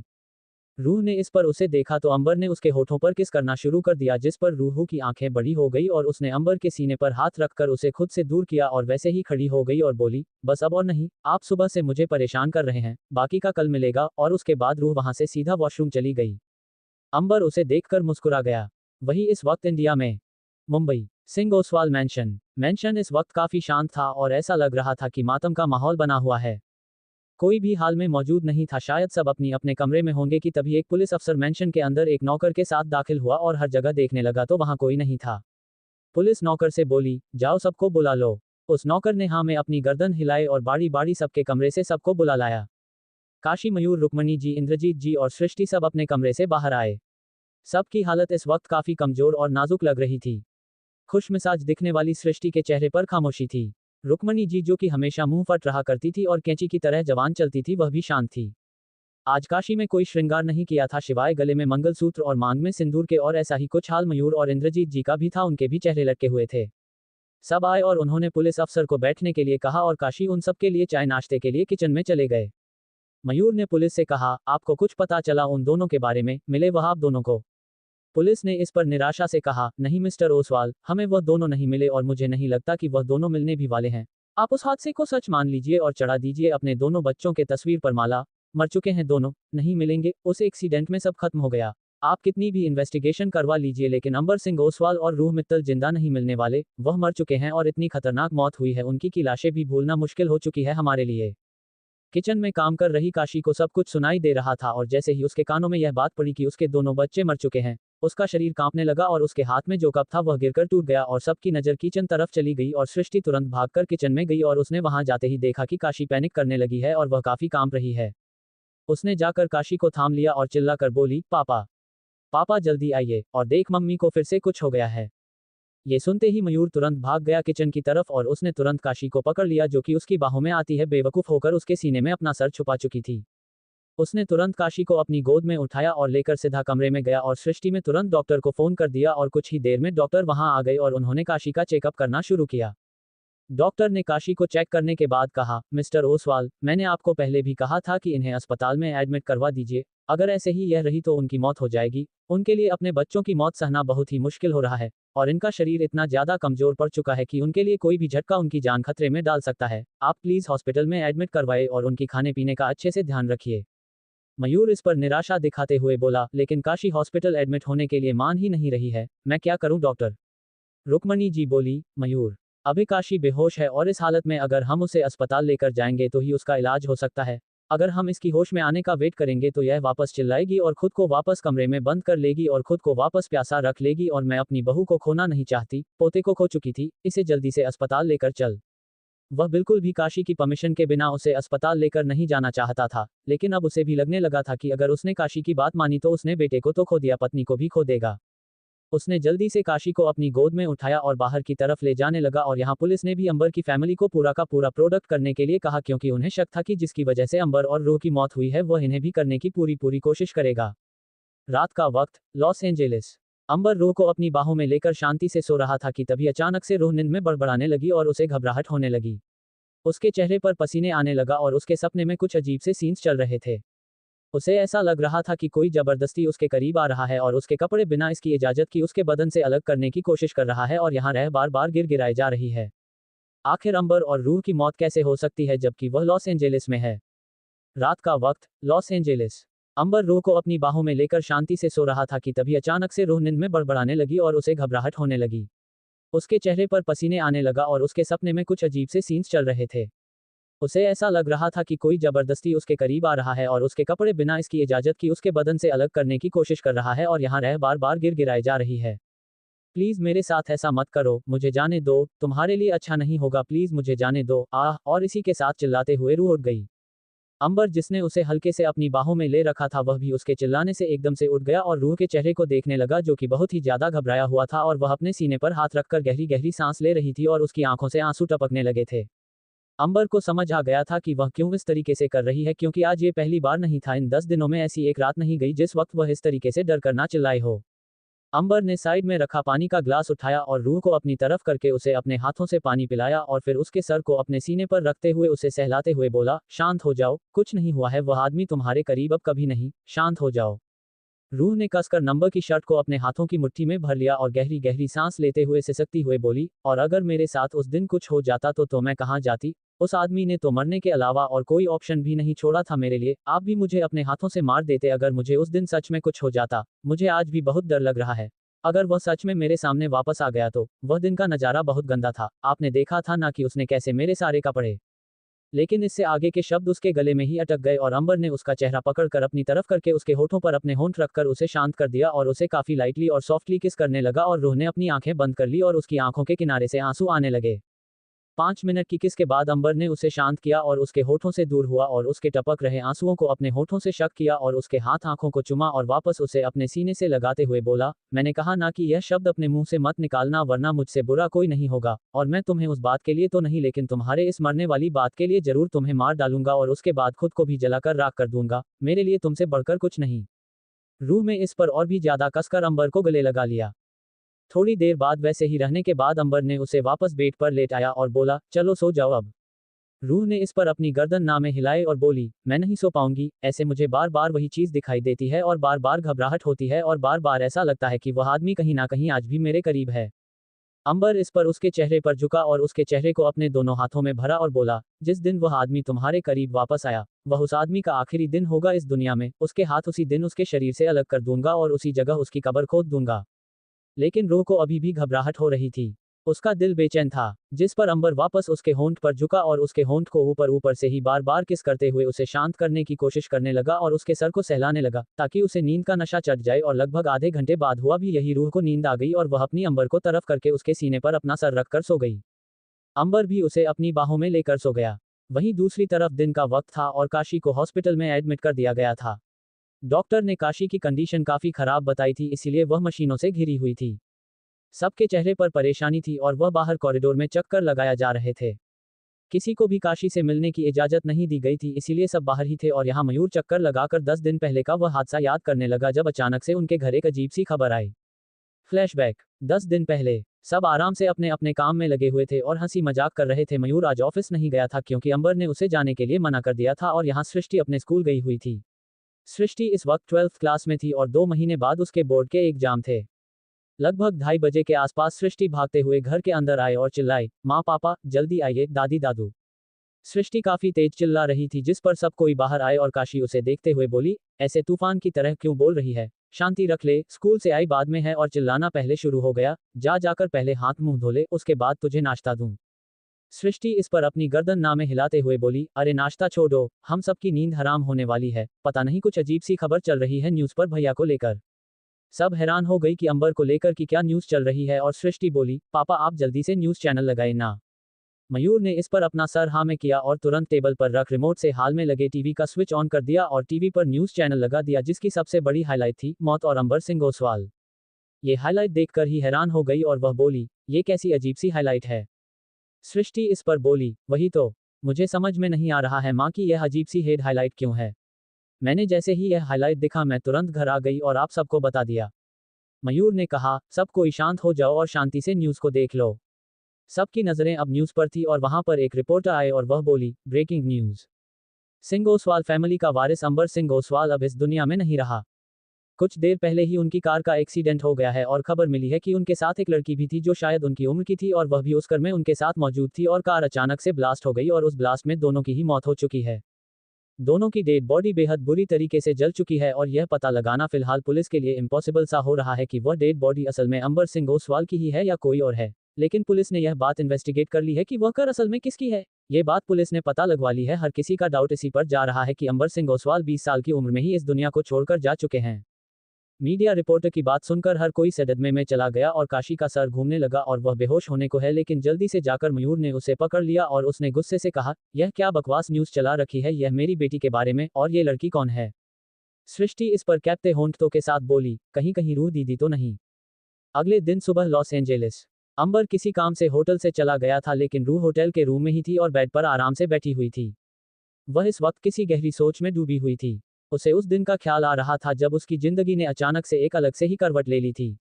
फ्लैशबैक। कार में दानिश ने काफी कसकर और मजबूती से उसके होठों के किनारियों को पकड़ा हुआ था जिस वजह से रूह कुछ बोल नहीं पा रही थी और अपने हाथ उसके सीने पर रखकर उसे खुद से दूर कर रही थी। लेकिन वही दानिश अब उसके होठों के करीब बढ़ रहा था और यहाँ रूह की आंखों से आंसू निकलने लगे थे क्योंकि वह बिल्कुल नहीं चाहती थी कि दानिश के होठ उसके होठों को छू जाए और रूह ने अपनी आंखें बंद कर दी। लेकिन यहाँ आज रूह को बचाने वाला कोई नहीं था और वहाँ अपने लैपटॉप पर सब कुछ देख रहा अंबर भी शांति से बैठा हुआ था। उसके चेहरे पर एक भाव नहीं था और यहाँ उसका असिस्टेंट परेशान था कि दानिश रूह के साथ इतना कुछ करने के लिए आगे बढ़ रहा है और यहाँ अंबर शांति से बैठा हुआ है, कोई एक्शन नहीं ले रहा। रूह की आंखों के किनारियों से आंसू बहने लगे और उसके अंदर जितनी भी हिम्मत आ रही थी वह उस हिम्मत को अपने अंदर लाते हुए दानिश के सीने पर हाथ रखकर उसे खुद से दूर कर रही थी और अपने चेहरे को इधर उधर हल्का हल्का मूव कर रही थी ताकि दानिश के होंठ उसे न छुए हो जाए, लेकिन उसकी कोशिश नाकाम रही और यहाँ दानिश बस उसके होठों के बिल्कुल करीब आ गया। रूह दानिश को बिल्कुल भी अपने करीब नहीं आने देना चाहते थी, इसलिए वह भरमार कोशिश कर रही थी कि दानिश उसके करीब ना आए, लेकिन दानिश को कुछ ऐसे अब रूह का पागलपन चढ़ चुका था और उसे किसी भी कीमत पर उसे वक्त रूह के होंठ चाहिए थे। वह बस अब एक उंगली से भी कम फासले पर उसके होठों के करीब था और बस उसके होंठ को छूने ही वाला था कि तभी अचानक से उसके कार पर किसी ने हमला किया। पूरी कार हिल सी गई उस हमले की वजह से और दानिश अपने आप रूह के ऊपर से हट गया और रूह का सर कार जाकर खिड़की पर बहुत जोर से लगा। रूह के मुंह से निकली एक और चीख और फिर से हुआ एक धमाका। रूह का दिमाग बिल्कुल झन्ना गया और यहाँ दानिश भी हैरान हो गया हमले से और कार एक तेज स्पीड ब्रेक के साथ जाकर रुकी और उसका आगे के दोनों टायर पंचर हो गए। रूह बिल्कुल हिल गई और दानिश शिकार से बाहर निकाला तो आगे दो कार अचानक से ब्लास्ट हो गई थी और उसी का धमाका था। ये दोनों कार दानिश की ही थी जो उसने ही खुद की प्रोटेक्शन के लिए अपने आगे रखवा रखी थी, लेकिन ये बात रूह को नहीं पता थी कि आगे चलने वाली दो कार दानिश के ही इशारों पर चल रही है। लेकिन अब इशारा किया वह तो एक उंगली भी नहीं उठा सकती थी क्योंकि दोनों घर बुरी तरीके से ब्लास्ट हो चुकी थी। तभी वहां अचानक से काफी सारी व्हाइट कलर की कार्स आने लगी और उन सारी कार्स ने आकर दानिश की कार को घेर लिया और दानिश हैरान हो गया। रूह को सर थोड़ा सा नीचे की तरफ बैंड हो गया था क्योंकि कार आगे की तरफ से बिल्कुल नीचे हो गई थी क्योंकि टायर बहुत बुरी तरीके से पंचर हुए थे और वह फटकर निकल गए थे जिस वजह से कार बंद हो गई थी और रूह को अजीब लग रहा था उस कार में बैठकर, इसीलिए वह घर से उतर गई। रूह जैसे ही निकली वह भी उन व्हाइट कलर की कार्स को देखकर हैरान हो गई और तभी उन सभी कार्स में से काफी सारे आदमी बाहर आए और उन्होंने एक साथ अपनी रिवॉल्वर उन दोनों के ऊपर कर दी। उन बॉडीगार्ड जैसे दिखने वाले आदमियों में से एक ने कहा, रूह मैडम, चलिए हमारे साथ, हम आपको बड़े बॉस के पास लेकर जाने आए हैं। दानिश उस पर बोला, ओह, अंबर सिंह ओसवाल खुद तो आ नहीं पाया इसलिए अपने बंदरों को भेज दिया। जैसे ही दानिश ने ये कहा उन सब की रिवॉल्वर एक साथ दानिश के ऊपर हो गई, जिस पर दानिश जोरों से हंसने लगा और वह बोला, मुझे पता था कि अंबर सिंह ओसवाल मुझे पकड़ने के लिए बहुत कुछ करेगा, आखिर वह अपनी रूह मित्तल को कैसे अकेला किसी के साथ जाने दे, लेकिन अफसोस, वह इस बार हार गया क्योंकि उसकी इस मोहब्बत को इस बार मैं हासिल कर रहूंगा। अभी जमीन तो मुझे मेरे रास्ते तक लेकर नहीं जाएगी, लेकिन यह आसमान मुझे मेरी मंजिल तक पहुंचा देगा। वह सारे के सारे बॉडीगार्ड्स एक दूसरे को देखने लगे कि तभी अचानक से वहां पर जोर से हवा का झोंका आया और हर कोई हिलने लगा क्योंकि हवा बहुत ही ज्यादा तेज थी, जैसे कोई बवंडर आया हो और रूह ने भी कार के हैंडल को काफी कसकर पकड़ लिया और उससे चिपक कर खड़ी हो गई ताकि यह हवा का झोंका उसे कोई नुकसान न पहुंच सके। धूल मिट्टी उड़ने लगी और सबकी आंखों, नाक और मुंह में जाने लगी तो सबने अपने चेहरे पर हाथ रख लिया और तभी अचानक से धूल मिट्टी उड़ाना बंद हो गई। सबने धीरे धीरे अपनी आंखें खोलकर देखा तो वहां उन सभी बॉडीगार्ड के कार के बीचों बीच जाकर एक हेलीकॉप्टर आकर रुका। दानिश उस हेलीकॉप्टर को देखकर जोर जोर से हंसने लगा। दानिश ने अपने कदम रूह की तरफ बढ़ा दिया और रूह को बिल्कुल अंदाजा नहीं चल रहा था कि दानिश अपने कदम उसकी तरफ बढ़ा रहा था क्योंकि दानिश उसके पीछे था और रूह की नजर उस हेलीकॉप्टर पर थी जो अचानक की वहां प्रकट हो गया था। तभी अचानक से पीछे से आकर दानिश ने रूह के मुंह पर हाथ रख लिया और उसे खींचकर हेलीकॉप्टर की तरफ लेकर जाने लगा। मनमन मम, रूह आवाज निकल रही थी और उसने अपने हाथ आगे की तरफ करके उन बॉडीगार्ड्स को इशारा करने की कोशिश करें और बॉडीगार्ड्स भी उसकी तरफ भागने लगी, लेकिन दानिश काफी तेज था और उसने झटके से उस हेलीकॉप्टर में घसीटते हुए बिठा दिया और खुद भी जाकर वहां पर बैठ गया और कुछ ही पलों में वह हेलीकॉप्टर उड़ने लगा और वह सारे के सारे बॉडीगार्ड्स अपने आप पीछे होने लगे। रूह खिड़की के पास आए और उस पर अपने दोनों हाथ रखकर बजाने लगी और बोली, बचाओ मुझे, हेल्प, बचाओ बचाओ मुझे, और साथ के साथ रूह की आंखों से आंसू आने लगे थे और उसे कहीं ना कहीं उम्मीद आने लगी थी कि यह आदमी शायद अंबर के ही आदमी होंगे और वह बार बार खिड़की को बचाए जा रही थी।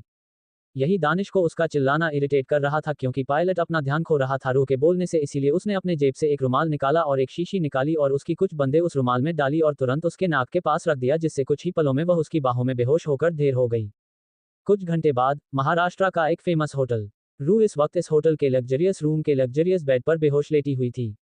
तभी अचानक से धीरे धीरे उसकी आंखें खोलने लगी और उसने अपना सर पकड़ लिया और उठकर बैठ गई और इधर उधर देखने लगी, लेकिन उसे कुछ भी क्लियर नहीं दिख रहा था। उसे सब कुछ धुंधला नजर आ रहा था और उसका सर काफी तेज दर्द कर रहा था, जैसे उसने गहरा नशा किया हो। उसे सारी चीज दो तीन नजर आ रही थी और कुछ चीज उसे ब्लर नजर आ रही थी। ऐसा लग रहा था कि उसकी आंखों में कुछ हो गया है और वह अपने हाथ पैर आगे की तरफ चला रही थी, लेकिन उसे अपने हाथ भी ढंग से नहीं दिख रहे थे। तभी उसके कानों में आवाज आई, तुम्हें नशा हो गया है डार्लिंग, तुम अब कल सुबह से पहले ठीक से होश में नहीं आओगी और मैं इसी चीज से फायदा उठाऊंगा, आज मैं तुम्हारे बेहद बेहद करीब आऊंगा। बेशक से यह आवाज दानिश की थी और रूह इस पर घबरा गई क्योंकि उसे दिखाए बेशक ठीक से ना दे रहा था, लेकिन उसके कान तो बराबर काम कर रहे थे। उसने आवाज की तरफ फॉलो करते हुए अपने साइड में देखा तो रॉकिंग चेयर पर दानिश बड़े आराम से बैठा हुआ था और उसने अपने शर्ट को रिमूव किया हुआ था। वह सिर्फ अपने पेंट में था और इस वक्त सिगरेट के कश लगाया जा रहा था। रूह को दानिश का चेहरा ठीक से नहीं दिख रहा था, लेकिन उसको इतना एहसास हो रहा था कि सामने बैठा इंसान दानिश ही है।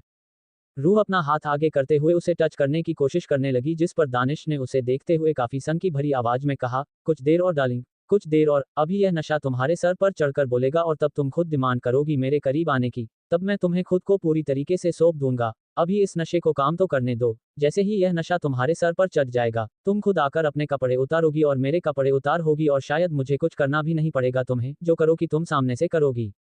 रूह उस पर धीरे से बोली क्योंकि उसके अंदर बिल्कुल भी हालत नहीं थी कि वह उस पर चिल्ला सके, उस पर गुस्सा दिखा सके, तुमने क्या मिलाया था, क्या किया है तुमने मुझे, मेरा सर दर्द से फटा जा रहा है दानिश, मुझे दिख नहीं रहा है ढंग से कुछ भी, क्या किया तुमने मेरे साथ, ड्रग्स, दानिश ने बेहद नॉर्मल तरीके से कहा और फिर रूह को देखते हुए बोला, तुम्हें सिर्फ ड्रग दिया है डार्लिंग, ताकि हम दोनों के जिस्म एक हो जाए, वरना मुझे बहुत प्रॉब्लम होती तुम्हारे साथ वह सब करने में और मुझे इस रात को बेहद खूबसूरत बनाना है, इसीलिए मुझे ये सब करना पड़ा।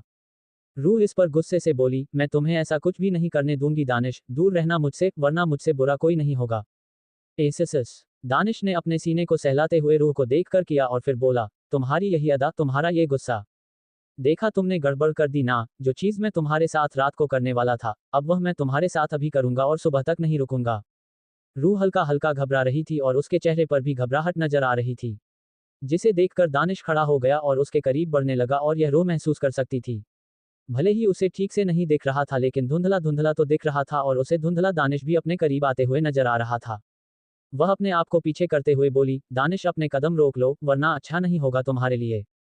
लेकिन दानिश बेड पर चढ़ गया और उसके करीब आने लगा तो रूह अपने आप को और पीछे लेने लगी और अचानक से दानिश ने वह व्हाइट कलर की बेडशीट जिसने रूह को अभी तक ढका हुआ था उसे हटा दिया और जोर जोर से उसे देखकर हंसने लगा।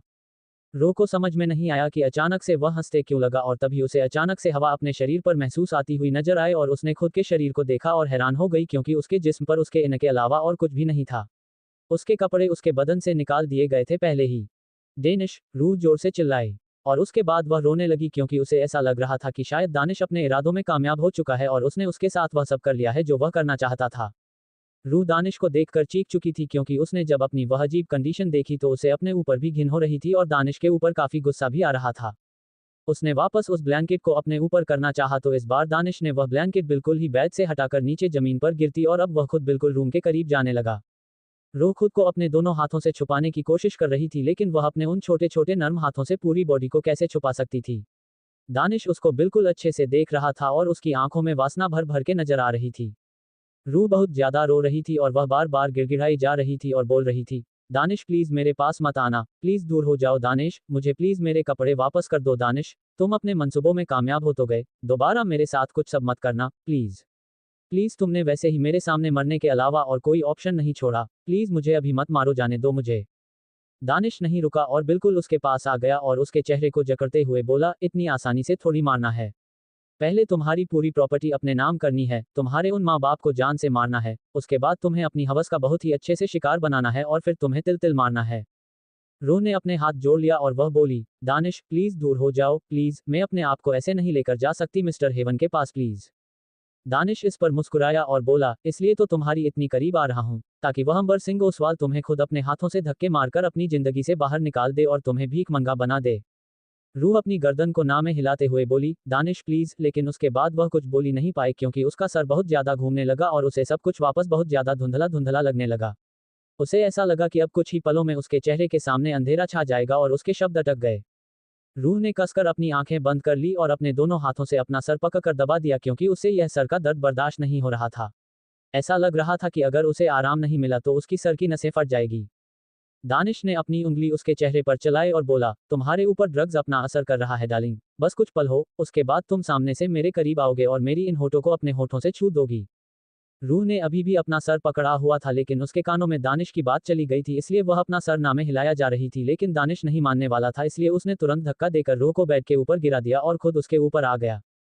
उसके बाद उसने अपने होंठ उसके कंधे पर रख दिए और अपने दांत गाड़ने लगा जिस पर रूह की चीख निकल गई और वह उसे अपने आप से दूर करने की कोशिश करने लगी लेकिन दानिश उससे दूर नहीं हो रहा था। आह, दानिश लीव मी, रूह ने जोर से कहा और उसे धक्का देने लगी लेकिन दानिश दूर नहीं हो रहा था और गहराई से और जबरदस्ती से अपने दांत उसके कंधे पर गड़े ही जा रहा था। तभी अचानक से रूम के दरवाजे पर दस्तक हुई और दानिश ने दरवाजे की तरफ देखा और इग्नोर कर दिया तो इस बार बैंग आपकी आवाज से दरवाजा ही टूट गया और एक शख्स अंदर आया।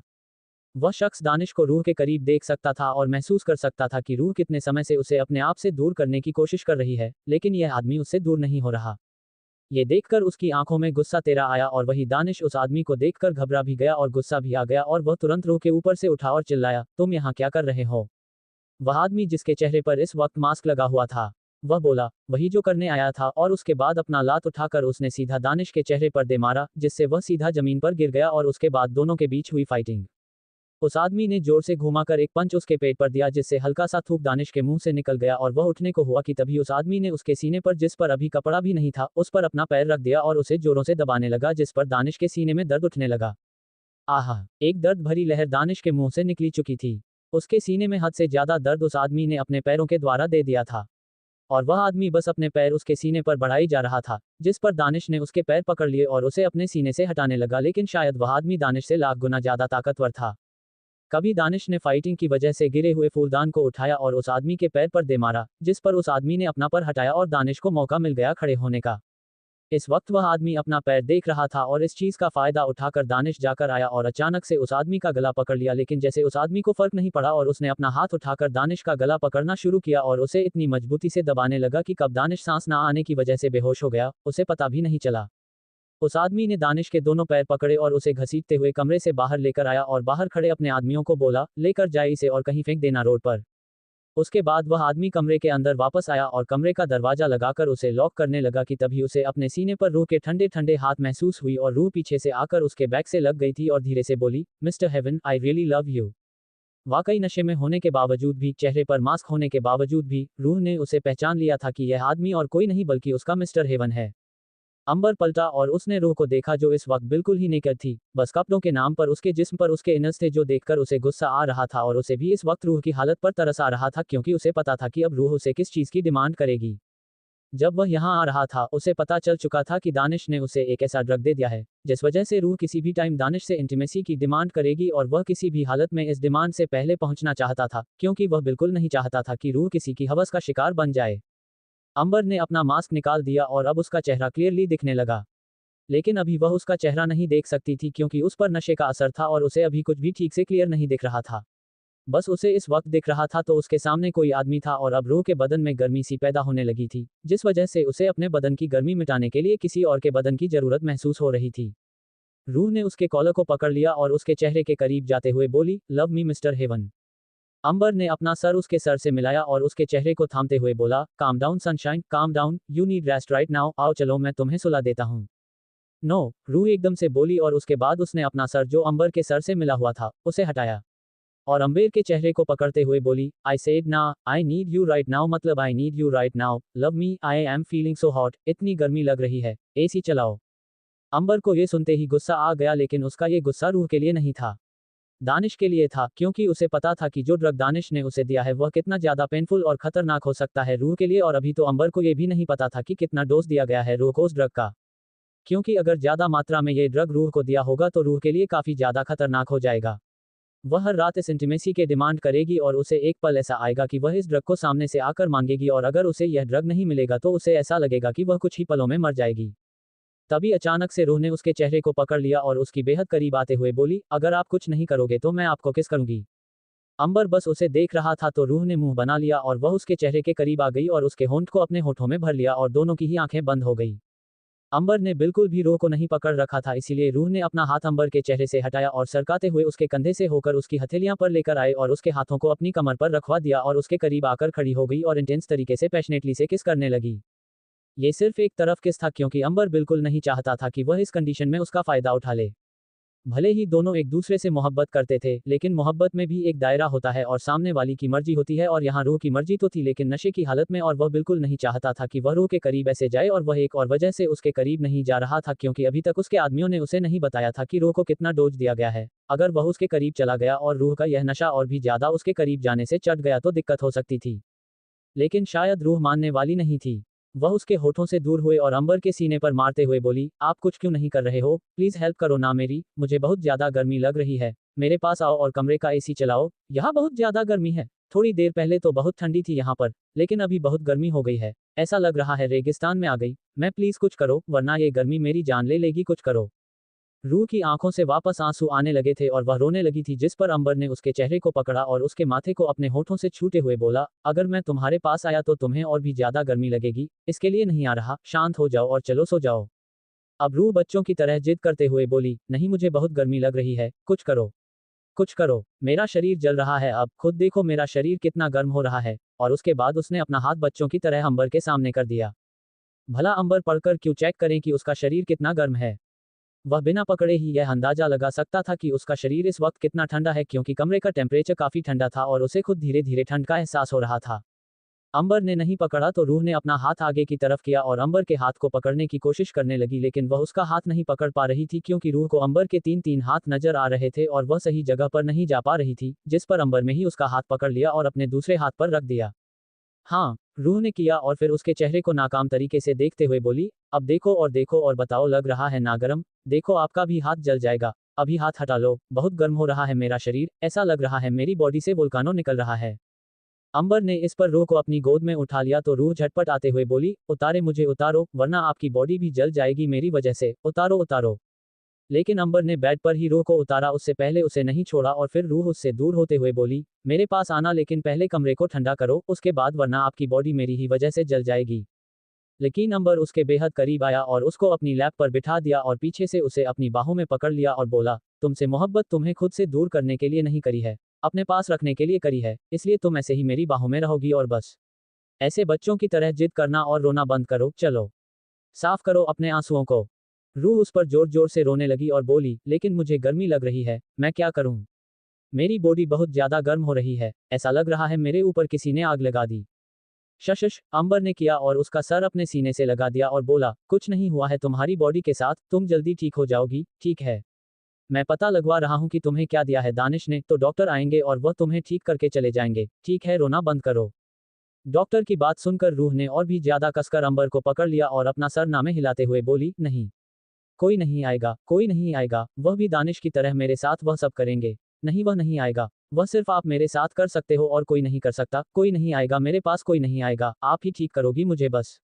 अब धीरे धीरे इमोशनलेस अंबर भी इमोशन के अंदर डूब रहा था और उसकी आंखें भी भर आई थी रूह की हालत देखकर। और उसके अंदर गुस्सा भी भरमार था क्योंकि उसे पता था कि दानिश ने उसकी रूह के साथ कितना गलत कर दिया है। अंबर रूह को अपनी बाहों में लेकर संभाल रहा था और यहाँ रूह रो भी जा रही थी और अंबर को खुद के करीब करे जा रही थी क्योंकि उसे काफी गर्मी लग रही थी और उसे ऐसा लग रहा था कि अंबर ही उसकी गर्मी को खत्म करेगा। तभी अंबर का फोन बजा तो उसने देखा कि उसके किसी आदमी का फोन है, तो उसने जल्दी से पिक किया तो दूसरी तरफ से वह आदमी बोला, सर आधे घंटे में डॉक्टर आ जाएंगे। सुनने के बाद अंबर में फोन को काट दिया और फिर रूह को अपने ऊपर से उठाकर बेड पर बिठाया और अपनी शर्ट के बटन खोलने लगा, जिस पर रूह उठ गई और उसके करीब आते हुए बोली, हाँ आओ मेरे पास। अंबर जो इस वक्त अपनी शर्ट के बटन को खोल रहा था उसने अजीब नजरों से उसे देखा और फिर उसे बिठाते हुए बोला, कुछ कर नहीं रहा हूं तुम्हारे साथ, तुम्हें ये शर्ट पहना रहा है। ये सुनते ही रूह ने पप्पी फेस बना लिया और अपना नीचे वाला होंठ बाहर निकालकर हल्का सा घुमा दिया जिससे वह बहुत ज्यादा क्यूट लग रही थी। अंबर बिल्कुल शर्टलेस हुआ जिससे उसके वह सिक्स पैक्स एप्स नजर आने लगे और उसने वह शर्ट रूह को अपनी तरफ करके खुद से पहनाया। रूह इस पर अंबर को बोल रही थी, यह क्या कर रहे हो? मुझे पहले से गर्मी लग रही है और आप मुझे इतनी हैवी हैवी कपड़े पहना रहे हो, निकालो इसे। रूह कोशिश कर रही थी कि वह शर्ट को अपनी बॉडी से रिमूव कर दे लेकिन कहाँ उसे ठीक से नजर आ रहा था। जहां शर्ट थी वहां तो उसका हाथ जा ही नहीं रहा था। वह हवा में अपने हाथ चला रही थी, जिस पर वह फ्रस्ट्रेटेड हो गई और बैठ गई और बोली, यह आपने अच्छा नहीं किया, मुझे कपड़े क्यों पहना है? मुझे गर्मी लग रही है और मैं आपको कब से कह रही हूँ कि एसी चला दो, एसी चला दो, लेकिन आप एसी नहीं चला रहे। अंबर ने इस पर कमरे में लगे एसी को देखा जो कि इस वक्त 16 टेम्परेचर पर था और कमरा बिल्कुल चिल्ड था और फिर वह रूह से बोला, कमरा बहुत ज्यादा ठंडी है, अब क्या तुम्हें सियाचिन लेकर जाऊं? और तुम क्या चाहती हो कि मैं डॉक्टर के सामने तुम्हें तुम्हारे इनर्स में लेकर आऊं? खबरदार जो ऐसी बकवास बात सूची दो, वरना तुम्हें अभी तो सिर्फ शर्ट पहनाई है, आगे से बुर्का पहना दूंगा। रूह ने इस पर अपना मुंह बना लिया। कुछ देर बाद डॉक्टर आ गए और अंबर ने अच्छे से पहले रूह को बिठाया और उसके ऊपर ब्लैंकेट भी रख दिया और कहा, खबरदार जो अगर तुमने इस ब्लैंकेट को हटाया अपने ऊपर से। रूह ने छोटे अच्छे बच्चे की तरह हाँ मैं अपना सर हिला दिया और उसके बाद अंबर दरवाजे की तरफ गया और उसे खोल दिया और डॉक्टर अंदर आ गए। डॉक्टर आए और उन्होंने चेकअप करना शुरू कर दिया और यहाँ रूह में अपना दूसरा हाथ अंबर के हाथ पर कसकर रख दिया। ये डॉक्टर कोई मामूली डॉक्टर नहीं थे, ड्रग्स के स्पेशलिस्ट थे, जिसको इस वक्त अंबर ने पुणे से बुलवाया था। डॉक्टर ने एक छोटी सी कांच की शीशी निकाली और रूह के सामने करते हुए बोला, इसमें अपना सलाइवा निकालिए थोड़ा सा। इस पर रूह ने सबसे पहले अंबर को देखा और फिर डॉक्टर ने जैसा कहा वैसा किया, लेकिन उसका सलाइवा वह कांच की उस शीशी में नहीं डल पा रही थी, जिस पर अंबर ने उसकी हेल्प किया और उसका होंठ बिल्कुल उस कांच के शीशे के पास ले गया और बोल, अब थूको। जैसे ही अंबर ने कहा रूह ने अपना सलाइवा निकाल दिया और डॉक्टर अपने साथ लाई कुछ मेडिकल इक्विपमेंट के साथ उसे सलाइवा की जांच करने लगे जिससे वह सलाइवा बिल्कुल ट्रांसपेरेंट से नीला हो गया। डॉक्टर उसे अच्छे से एनालाइज कर रहे थे और उसके बाद उन्होंने अंबर से कहा, इनको ड्रग का डोज ज्यादा मात्रा में तो नहीं दिया गया लेकिन कम भी नहीं दिया गया, फिलहाल के लिए तो यह उनके लिए खतरनाक है और यह अभी बॉडी हीट की वजह से परेशान भी होंगी, इसीलिए आपको। बीच में डॉक्टर रुक गए क्योंकि उन्हें नहीं पता था कि अंबर और रूह का असल में रिश्ता क्या है, जिस पर अंबर ने कहा, इसीलिए आपको अपनी बात को पूरा कीजिए डॉक्टर, अधूरा मत छोड़िए। डॉक्टर ने अंबर से पूछा, आप इनको क्या लगते हैं? अंबर ने इस पर डॉक्टर को कुछ पल घुरा और फिर रूह में जो उसका हाथ पकड़ा हुआ था उसे कस के पकड़ते हुए बोला, हस्बैंड। डॉक्टर इस पर हड़बड़ा गया और फिर बोला, सॉरी, मुझे नहीं पता था। अंबर ने कहा, अब पता चल गया ना, आप अपनी बात को पूरा कीजिए। डॉक्टर को थोड़ा अजीब लग रहा था लेकिन अंबर ने जब उसे हस्बैंड कहा तो उसे थोड़ी सी शांति मिली और वह बोला, आपको उनके साथ। लेकिन डॉक्टर फिर अटका जिस पर अंबर को गुस्सा आ गया और वह बोला, अगर इस बार अपनी बात पूरी नहीं करी तो बड़ी शिद्दत से आपकी लाश को आपके घर तक पहुंचाऊंगा। डॉक्टर ने अपने गले में आया थूक गटक लिया और बोला, आपको उनके साथ सेक्स करना पड़ेगा क्योंकि अगर आपने यह नहीं किया तो ड्रग्स इनके ऊपर गलत असर कर सकता है, इनके दिमाग पर गलत असर पड़ सकता है। अभी ड्रग्स ने सिर्फ असर करना शुरू किया है, पूरी तरीके से हावी नहीं हुआ है और यह ड्रग कल दोपहर से पहले खत्म नहीं होने वाला। आपको इनको थका कर सुलाना पड़ेगा और शायद कल दोपहर तक ठीक हो जाएंगे और मैं आपको कुछ इंजेक्शन दे देता हूँ। कल दोपहर के बाद उन्हें हर दिन देना है ताकि यह ड्रग जो उनकी बॉडी में गया है वह धीरे धीरे यूरिन के रास्ते निकल जाए। अंबर इस पर बिना एक्सप्रेशन के बोला, अगर आप ये बात पहले बोलते थे तो शायद आपको धमकी नहीं मिलती और यह मेरी पत्नी है, ये बात अपने कान में गिठा बांध लीजिए। डॉक्टर ने इस पर कोई जवाब नहीं दिया तो अंबर बोला, और कोई चीज कोई दवा देनी है। डॉक्टर ने इस पर ना मैं अपनी गर्दन हिला दे तो अंबर खड़ा हुआ और बोला, तो यहाँ वेट किसका कर रहे हैं, जाए।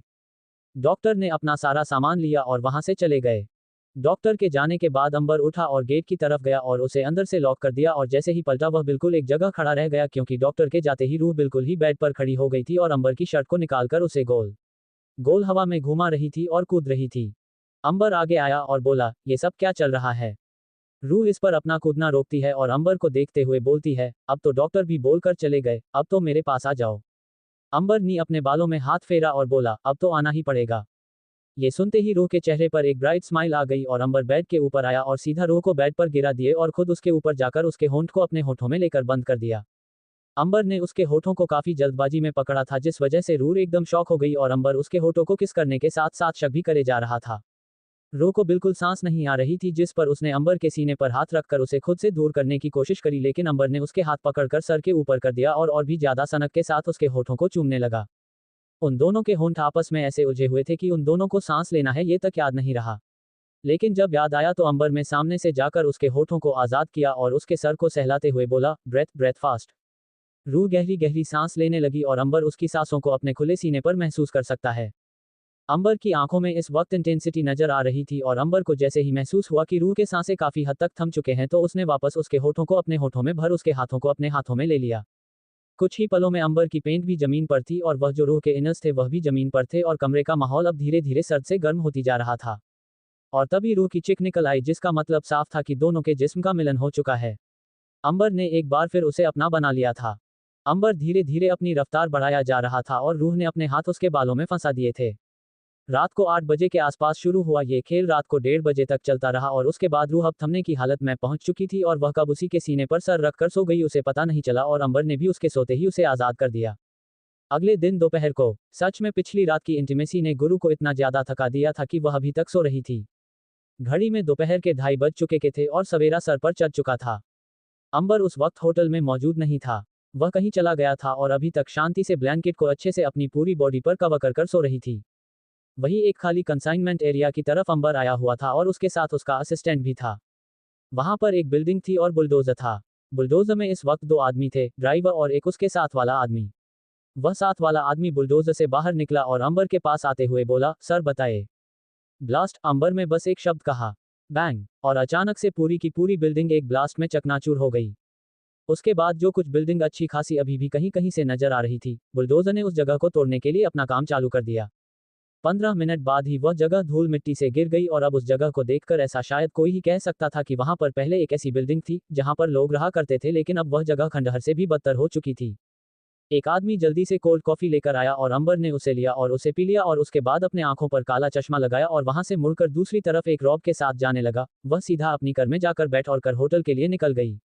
रूह शांति से सो रही थी कि तभी कमरे का दरवाजा खुला और अंदर आया और उसने अपने चेहरे पर लगे मास्क को हटाया और उसे हैंगर पर टांग दिया और अपने चश्मे को भी निकालकर टेबल पर रख दिया और सीधा रूह की तरफ आया। अंबर ने नोटिस किया कि रूह अभी तक गहरी नींद में सो रही है इसलिए उसने उसे जगाना बिल्कुल जरूरी नहीं समझा और सीधा जाकर सोफे पर बैठ गया और अपने काम को करने लगा। काम करते हुए कब 3:30 बज गए उसे भी पता नहीं चला और अब उसे भूख लगने लगी थी और यहाँ रूह की नींद अभी तक नहीं खुली थी जिस पर उसे टेंशन होने लगी कहीं उसकी तबीयत ज्यादा बिगड़ तो नहीं गई। वह उठकर रूह के पास आया और बेड पर बैठ गया और उसके सर को सहलाने लगा जिस पर नींद में ही रूह हल्का सा हिली और उसने धीरे से अपनी आंखें खोल ली। रूह के सामने अंबर का चेहरा था जो कि अब वह क्लियरली देख सकती थी और उसने अपने सर पर हाथ रख लिया क्योंकि उसे अचानक से ही सर में भारी दर्द महसूस होने लगा था।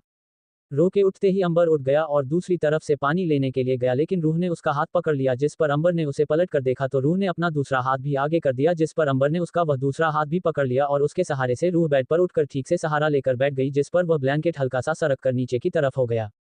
अब तक रूह के जिस्म को ढकने के लिए सिर्फ वह ब्लैंकेट उसके ऊपर था जो कि बैठने की वजह से सदरक कर नीचे हो गया था।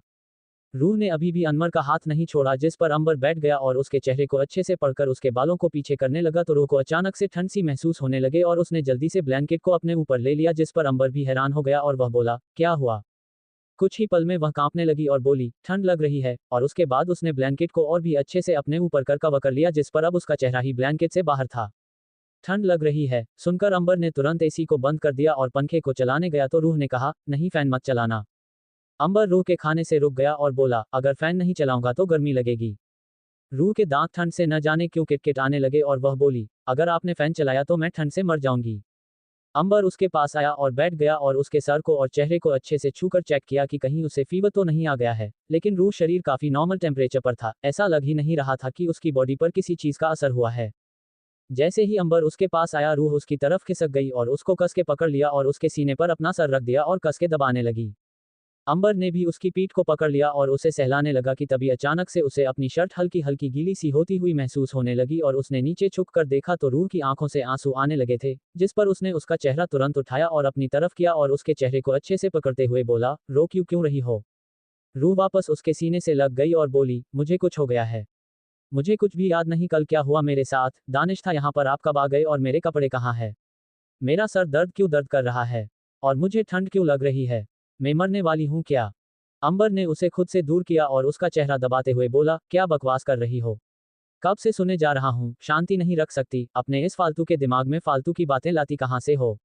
रूह इस पर और भी ज्यादा रोने लगी और वह अपने आंखों के आंसुओं को पहुंचते हुए बोली, पक्का मेरे साथ कल कुछ हुआ है और दानिश ने मेरे साथ कुछ किया है तभी आप ऐसे बिहेव कर रहे हो, now you do not love me any more. रो को ऐसा लग रहा था कि उसके बदन पर कपड़े दानिश की वजह से नहीं है। दानिश ने पक्का उसको कुछ कर दिया है और उसके बाद अंबर वहां पर आया था और इसीलिए अंबर भी बार बार उसे खुद से दूर कर रहा है। और अंबर भी रूह की लास्ट लाइन सुनकर यह समझ गया था कि वह अपने बारे में फिलहाल गलत सोच रही है। इसीलिए इस बार उसने रूह को खुद से दूर नहीं किया बल्कि उसे अपने करीब खींचकर अपनी गोद में बिठा लिया और ब्लैंकेट को अच्छे से उसके ऊपर कर दिया और ब्लैंकेट के अंदर से ही उसके पेट पर अपने हाथ रखे और उसके धीरे धीरे सहलाए हुए पिंच करने लगा जिस पर रूह कांपने लगी। और साथ ही साथ वो रूह की गर्दन को किस कर रहा था कि वह शांत हो जाए और रूह ने एहसास को पाते ही अपनी आंखें बंद कर ली और खुद को अंबर की बाहों में लूट छोड़ दिया और किस करते हुए अचानक से अंबर को डॉक्टर की बात याद आई कि रूह के सोकर उठने के तुरंत बाद उसे इंजेक्शन देना है। अंबर को फील हुआ कि शायद इस इंजेक्शन को न मिलने की वजह से ही रूह को ठंड सी लग रही है और शायद ड्रग्स का ही असर अभी तक ठीक से पूरा खत्म नहीं हुआ है, इसलिए उसने रूह को तुरंत बेड पर बिठा दिया और रूह जो बिल्कुल उसकी बाहों में खो चुकी थी वह अचानक से होश में आई और उसने अंबर के चेहरे को देखा जो उसके चेहरे को एक तक देख रहा था। क्या हुआ, रूह ने शांति से सवाल किया लेकिन अंबर में कोई जवाब नहीं दिया और वह खड़ा हो गया और दूसरी तरफ जाने लगा तो रूह को लगा कि शायद वह उससे नाराज है। अंबर टीवी के नीचे लगे मेज के पास गया था जहां पर उसने सारे इंजेक्शंस को संभाल कर रखा हुआ था और उसने उन्हें इंजेक्शंस में से एक पैकेट निकाला और उसका इंजेक्शन निकाल दिया और जो लिक्विड साथ में दिया था उस इंजेक्शन के साथ उसे फिट कर दिया और उसे फिर रूह के पास लेकर आया। यहाँ जैसे ही अंबर इंजेक्शन को लेकर पलट गया, यहाँ रूह की सांसें अटक गई क्योंकि उसे इंजेक्शन से खतरनाक डर लगता था और उसने अपना चेहरा भी ब्लैंकेट के अंदर ले लिया और जैसे ही अंबर ने उसे ऐसे अपना चेहरा छुपाते हुए देखा तो वह बोला, इतनी भी क्या ठंड लग रही है कि चेहरा भी छुपा लिया। रूह ने अपना चेहरा बाहर नहीं निकाला और वह बोली, ठंड नहीं, इंजेक्शन, अरे आपने तो मुझे मार डालने का फैसला ले लिया है, मुझे इंजेक्शन नहीं लगवाना। लगवाना तो पड़ेगा, अंबर ने कहा और उसकी तरफ आ गया और बेड पर बैठ गया और ब्लैंकेट के अंदर हाथ डालकर उसका हाथ पकड़ने लगा जिस पर ब्लैंकेट के अंदर ही रूह अपना हाथ उसके हाथ से छुड़वाने लगी क्योंकि उसे इंजेक्शन बिल्कुल नहीं लगवाना था। उससे बिल्कुल भी इंजेक्शन का पेन सहन नहीं होता था, लेकिन अंबर उसका हाथ पकड़ने की बेहद कोशिश कर रहा था।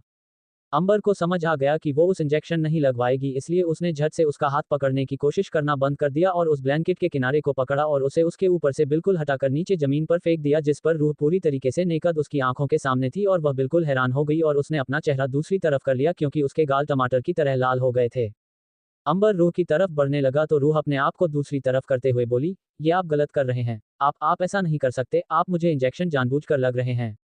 अंबर ने उसका हाथ तुरंत पकड़ लिया और बोला, जानबूझकर, मैं तुम्हें जानबूझकर इंजेक्शन क्यों लगाऊंगा, तुम्हारी तबीयत खराब है इसीलिए तुम्हें इंजेक्शन लगवाना जरूरी है और यह नहीं लगेगा तो तुम्हारी तबीयत ठीक नहीं होगी और ये तुम ठंड ठंड कर रही हो ना, ये बढ़ जाएगी और फिर हॉस्पिटल में एडमिट होना पड़ेगा और वहां तो हर दूसरी तीसरी घंटे तुम्हें नया इंजेक्शन लगेगा, इससे अच्छा होगा कि एक दिन में एक इंजेक्शन लगवा लो। एक दिन में एक इंजेक्शन, रूह ने हैरानी से कहा तो अंबर ने उसका हाथ पकड़कर अपनी तरफ खींच लिया और उसके हाथों में इंजेक्शन लगा दिया। रूह का हाल दर्द से बेहाल हो गया। उसने तुरंत अपना वो हाथ अंदर के हाथ से छुड़वाया और जहां इंजेक्शन लगा था वहां अपने दूसरे हाथ से सहलानी लगी। अंबर ने सुबह सुबह उठकर सबसे पहले ऑनलाइन सीखा था कि इंजेक्शन अच्छे से लगवाते कैसे हैं। इंजेक्शन लेने के बाद अंबर को जैसे तसल्ली मिली और यहां रुककर घूमने से लगा इंजेक्शन लगने के बाद और वह कब बेहोश होकर बेड पर गिर गई। अंबर देखता ही रह गया। रूह बेहोश हो चुकी थी और अंबर हैरान हो गया था उसे बेहोश देखकर। अंबर तुरंत उसके पास आया और ब्लैंकेट को पहले उसके ऊपर अच्छे से किया और उसके बाद उसका सर अपनी गोद में रखा और उसके चेहरे को थपथपाते हुए बोला, रूह रूह क्या हुआ, रूह आई सेड गेट अप, नाटक कर रही हूं ना, चलो उठो। लेकिन रूह नहीं उठी तो अंबर ने तुरंत फोन निकाला और उसी डॉक्टर को कॉल किया और जैसे ही डॉक्टर ने फोन को उठाया अंबर गुस्से से बोला, ये कैसा इंजेक्शन दिया है तुमने मुझे, बेहोश कैसे हो गई है ये। पहले तो अंबर के कॉल से डॉक्टर डर गया था लेकिन जब उसने इंजेक्शन का और बेहोश होने का सुना तो उसके चेहरे पर राहत आई और उसने कहा, आई एम सॉरी सर लेकिन मैं आपको कल बताना भूल गया था, वह भी कुछ देर बेहोश ही रहेंगे, शाम तक उन्हें होश आ जाएगा, आप टेंशन मत लीजिए और आप जितनी बार भी उन्हें ये इंजेक्शन देने ये बेहोश ही होगी, कोई बड़ी बात नहीं है, ना ही इसका कोई साइड इफेक्ट है, मैंने अच्छे से चेक करके आपको यह इंजेक्शन दिया है, तो आप टेंशन मत लीजिए। अंबरा में कोई जवाब नहीं दिया और सीधा फोन डिस्कनेक्ट कर दिया। तकरीबन 1.5 घंटे के बाद रूह को होश आया और उसकी बॉडी का टेम्परेचर भी नॉर्मल हो गया और अब उसे अच्छा फील हो रहा था और जैसे ही वह सोकर उठी उसके सामने अंबर चेयर लगाकर बैठा हुआ था और बस उसी को देखे जा रहा था। लेकिन जब अचानक से ही सामने अंबर का चेहरा पाया तो हल्का सा डर गए और घबरा गई। अंबर उठा और बैठकर उसके पास आया और उसके चेहरे को थामते हुए बोला, घबरा क्यों गई? तुम्हारा मिस्टर हेवन बैठा है यहाँ पर, दानिश नहीं बैठा। रूह उसके सीने से लग गई और बोली, उस आदमी का नाम भी मत लीजिए मेरे सामने, अगर आप टाइम पर नहीं आए तो शायद मेरे साथ क्या कुछ ना कर जाता। अंबर के चेहरे पर एक टेढ़ी मुस्कान आ गई और वह बोला, कोई मेरी सनशाइन को हाथ नहीं लग सकता और जो लगाएगा तो उसके हाथ में उसके शरीर से अलग कर दूंगा। रूह ने इस पर कुछ नहीं बोला और उससे अलग होकर वह पूरे कमरे को देखने लगी और उसने अंबर से सवाल किया, हम कहाँ पर हैं और घर कब जाएंगे? अंबर ने हाथ आगे कर उसके चेहरे पर आए बालों को ठीक से पीछे किया और फिर बोला, हम घर नहीं जाने वाले, हम महाबलेश्वर जाएंगे कुछ दिनों के लिए और उसके बाद। उद्धरण चिन्ह। अंबर ने अपने शब्द रोक लिए तो रूह ने आगे कहा, उसके बाद। अंबर खड़ा हो गया और शीशे की तरफ चला गया और बोला, हम इंडिया छोड़ रहे हैं और पूछना मत कितने दिन तक के लिए क्योंकि मुझे खुद नहीं पता कि कितने समय बाद में वापस आऊंगा और तुम मेरे साथ चलोगी। रूह इस पर बिल्कुल हैरान हो गई और वह बेड से उतरने को हुई कि तभी अचानक से ठंडी हवा का झोंका उसके बदन को छूकर गया जिस पर उसने अपने बदन को देखा तो उसके बदन पर कपड़े के नाम पर कुछ भी नहीं था और उसे शर्म आने लगी और उसने पूरी बॉडी को अच्छे से देखा तो उस पर हाथों के छाप के निशान, होठों के निशान और लव बाइट्स के निशान भी थे, जिसे देखकर उसे समझ आ गया था कि पिछली रात अंबर ने जरूर उसके साथ इंटीमेसी की है और उसने तुरंत ब्लैंकेट को लेकर अपने ऊपर ले लिया और उसे ढक लिया। अंबर उसे बिल्कुल नहीं देख रहा था लेकिन उसे फिर भी समझ आ गया कि रूह शर्मा रही है और वह कांच की खिड़की से बाहर देखते हुए बोला, कल तो इसे पूरा उतार रही थी अपने ऊपर से, आज क्या हो गया? और वैसे भी तुम्हारे सामने तुम्हारा होने वाला पति और तुम्हारा कर्ट बॉयफ्रेंड खड़ा है, कोई गैर नहीं, उसे उतार दो। ये सुनकर रूह का मुंह खुला का खुला रह गया और उसमें और भी अच्छे अच्छे उस ब्लैंकेट को अपने ऊपर ले लिया और उसके बाद उसके पास चलकर आए और बोली, शर्म नहीं आती आपको, कैसी बकवास बातें कर रहे हो, मुझे तो पता भी नहीं कि आपने कल रात क्या क्या किया मेरे साथ, सब कुछ तो आपको याद है, मुझे तो इत्तू सा भी याद नहीं। अंबर ने इस बार उसके चेहरे को देखा और अपना हाथ आगे बढ़ाकर ब्लैंकेट के अंदर हाथ डाला और उसकी कमर पर हाथ रख और उसे तुरंत अपनी तरफ खींचा और उसके चेहरे को दूसरे हाथ से पकड़ते हुए बोला, तो किसने कहा था तुम्हें ड्रग्स लेने के लिए? ना लेती और बन जाती गवाह पिछली रात की। रूह इस पर और भी ज्यादा हैरान हो गई और उसके मुंह से एक ही शब्द निकला, वॉट? उद्धरण चिन्ह। और यह बोलते ही तुरंत उसे वापस अंबर की इंडिया से बाहर जाने वाली बात याद आ गई और उसमें वापस सवाल किया, और हम इंडिया से बाहर क्यों जा रहे हैं? घर क्यों नहीं जा रहे हैं? कुछ हुआ है क्या? उद्धरण चिन्ह। अंबर ने अपने हाथ से उसके बालों को बार बार पीछे करते हुए कहा, हाँ हुआ है ना, और कुछ नहीं हुआ है, बहुत कुछ हो गया है। और उसके बाद अंबर उसके कानों के पास गया और उसे चूमते हुए बोला, हम दोनों मर गए हैं, हमेशा हमेशा के लिए, आग में जलकर, हम जिंदा नहीं है। अंबर के ये शब्द सुनकर रूह बिल्कुल हैरान हो गई और उसने हैरानी से उसे देखा तो अंबर ने भी उसे एक्सप्रेशन लेस फेस के साथ देखा और रूह ने वापस पूछा, पर ऐसा कैसे हो सकता है? हम दोनों तो जिंदा है ना, मैं आपके सामने खड़ी हूँ, आप मेरे सामने खड़े हैं, हम दोनों आत्माएं थोड़ी है, इंसान है, मैं आपको छू सकती हूँ, आप भी मुझे छू सकते हो।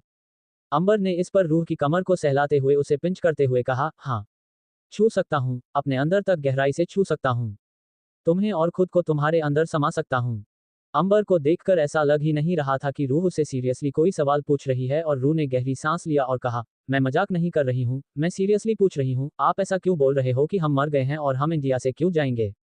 हम घर जाएंगे ना और वहां पर सब परेशान होंगे, अभी तक मैं कॉलेज से घर नहीं गई और यहाँ एक दिन बीत गया। अंबर रुक बेहद करीब आया और उसे कांच की दीवार से बिल्कुल सटा दिया और उसे ब्लैंकेट को पूरी तरीके से हटा दिया और उसकी बॉडी पर इंटेंस तरीके से अपने हाथों को चलते हुए बोला, हम मर गए हैं सनशाइन, हमारे घर में इस वक्त हमारा इंतजार नहीं हो रहा है, मातम का माहौल है, सब रो रहे हैं, सर पीट रहे हैं, शायद मेरी माँ तो कितनी बार रोकर बेहोश भी हो गई होगी कि उनका नौजवान 20 साल का बेटा मर गया। इस वक्त अंबर की आवाज में एक अलग सी सनक नजर आ रही थी, जैसे वह पागल हो चुका है। रूह इस पर बोली, अगर ऐसा कुछ घर पर हो रहा है तो हमें जाना चाहिए ना, सबको रोकना चाहिए कि वह ऐसे घर का माहौल खराब ना करें, हमें घर जाकर उन्हें बताना चाहिए कि हम मरे नहीं हैं, हम जिंदा। लेकिन इससे पहले कि रूह अपनी बात पूरी कर पाती अंबर में उसके होठों पर अपनी उंगली रखी हो क्या, शशश। रूह बिल्कुल खामोश हो गई तो अंबर ने उसकी गर्दन पर अपने होंठ रखते हुए कहा, अगर तुम घर गई तो मैं तुम्हें खो दूंगा, वह लोग तुम्हें मार डालेंगे और मैं अपनी पोजीशन को मरता हुआ बिल्कुल नहीं देख सकता, वह मेरे पेरेंट्स को मारते हैं तो मरने दो, मरते हैं तो मरने दो। मुझे कोई फर्क नहीं पड़ता, मुझे फर्क सिर्फ अपनी पोजीशन से पड़ता है, तुमसे पड़ता है। मुझे सिर्फ तुम्हें अपने सामने जिंदा देखना है और तुम्हें जिंदा रखने के लिए मैं कुछ भी कर सकता हूँ, खुद की जिंदगी तबाह भी। आज अंबर के शब्दों में रूह को खुद के लिए उसकी वाइल्ड पोजेसियम नजर आ रही थी। रूह घबरा रही थी अंबर के शब्दों से और नजरों से और वह अपने कदम पीछे लेने लगे तो अंबर में उसका हाथ कसके पकड़कर अपनी तरफ कर लिया और कहा, कहाँ जा रही हो मुझे छोड़कर? कहीं नहीं जा सकती, सिर्फ मेरे पास रहोगे और जब सही वक्त आएगा हम वापस आ जाएंगे, आई प्रॉमिस। लेकिन तुम मुझे छोड़कर कहीं नहीं जाओगे, वरना मैं तुम्हें मारने से पहले भी एक बार भी नहीं सोचूंगा। रूह ने ये सुनकर अपने गले में आया थूक गटक लिया।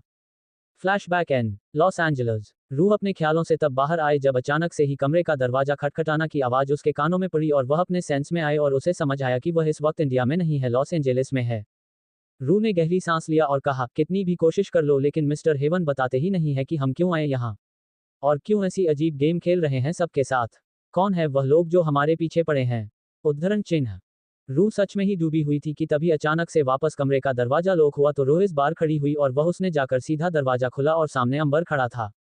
सामने अंबर की हालत देखकर वह बिल्कुल हैरान हो गई क्योंकि अंबर के शरीर पर कहीं कहीं जगह चोट के निशान थे और उसके हाथों से खून रश रहा था। रूह ने तुरंत अंबर का हाथ पकड़ा और उसे संभालते हुए अंदर लेकर आए और उसे बेड पर बिठाया और जाकर सबसे पहले कमरे का दरवाजा बंद किया और वापस उसके पास जाकर उसके चेहरे को पकड़ते हुए बोली, ये चोट कैसे लगी आपको और खून कैसे आ रहा है? रूह इस सवाल किया जा रही थी लेकिन अंबर की जैसे हालात नहीं हो रही थी कि वह उसे कोई जवाब दे, उसकी आंखें बंद होने को थी इसलिए उसने अपने आप को थोड़ा सा पीछे किया और बेड के सहारे बैठ गया तो रूह ने उसके पैरों को पकड़ा और उसे अच्छे से ऊपर किया और फिर उसके शूज को निकाल कर नीचे किया और अच्छे से उसके पास बैठ गए और उसके चेहरे पर पकड़ चेहरे पर बिखरे वालों को पीछे किया और फिर उसके सवाल किया, यह आपको चोट कैसे लगी? खून कैसे आ रहा है? लेकिन अंबर कोई जवाब नहीं दे रहा था, बस गहरी गहरी सांस से ले रहा था जिस पर अंबर को रूह ने छोड़ और सीधा ड्रेसिंग एरिया की तरफ गई और वहां से फर्स्ट एड बॉक्स निकला जो कि हर होटल के हर लग्जरियस रूम में अवेलेबल होता था। वह निकला और उसे लेकर तुरंत अंबर के पास आए और उसमें से कॉटन निकाला और जहां जहां अंबर को चोट लगी थी वह कॉटन से उस ब्लड को साफ करने लगे। अंबर के हाथ पर, गर्दन पर, सर पर चोट लगी थी जिस वजह से रूह को काफी टेंशन हो रही थी और उसने जल्दी से कॉटन से एक्स्ट्रा ब्लड साफ किया और फिर वहां पर पट्टी कर दी और फिर अंबर के माथे को चूमते हुए उसके सीने से लगकर रूह वापस बोली, आप कुछ बोल क्यों नहीं रहे हो? मैं कब से पूछ रही हूँ आपसे कि आपको चोट कैसे लगी, आप कहाँ गए थे, किससे लड़के आ रहे हो आप? इस बार अंबर ने अपना हाथ उठाया और रूह की कमर पर रख दिया और उसे कसकर अपनी लैप पर बिठा लिया और उसे कसकर अपनी बाहों में पकड़ते हुए बोला, तुम्हारे आशिक को खत्म करके आ रहा हूँ। रूह को समझ में नहीं आया तो वह उससे थोड़ा सा दूर हुई और उसके चेहरे को देखते हुए बोली, क्या दानिश लॉस एंजेलिस में है? अंबर ने इस पर एक डेविल स्माइल की और बोला, वह तुम्हारा आशिक नहीं है, वह तुम्हारी प्रॉपर्टी का भूखा है। रूह में इस पर कहा, आप दानिश को छोड़िए और ये बताइए कि अगर दानिश नहीं था तो किसको मारकर आ रहे हो आप? अबा ने इस पर रूह के होठों को अपनी उंगलियों से छूकर उन्हें मसलते हुए कहा, मैंने दानिश को पकड़ा ही कब था जो उसे छोड़ दूंगा, और वैसे भी मैं लड़कों में इंटरेस्टिंग नहीं हूँ, मैं अपनी गर्ल में इंटरेस्टेड हूँ और मेरी गर्ल इस दफा मेरी बाहों में बैठी हुई है और ऐसा लग रहा है कि उसे फिर से अपना बनाने का टाइम आ गया है, काफी टाइम हो गया उसके साथ कुछ किया नहीं मैंने।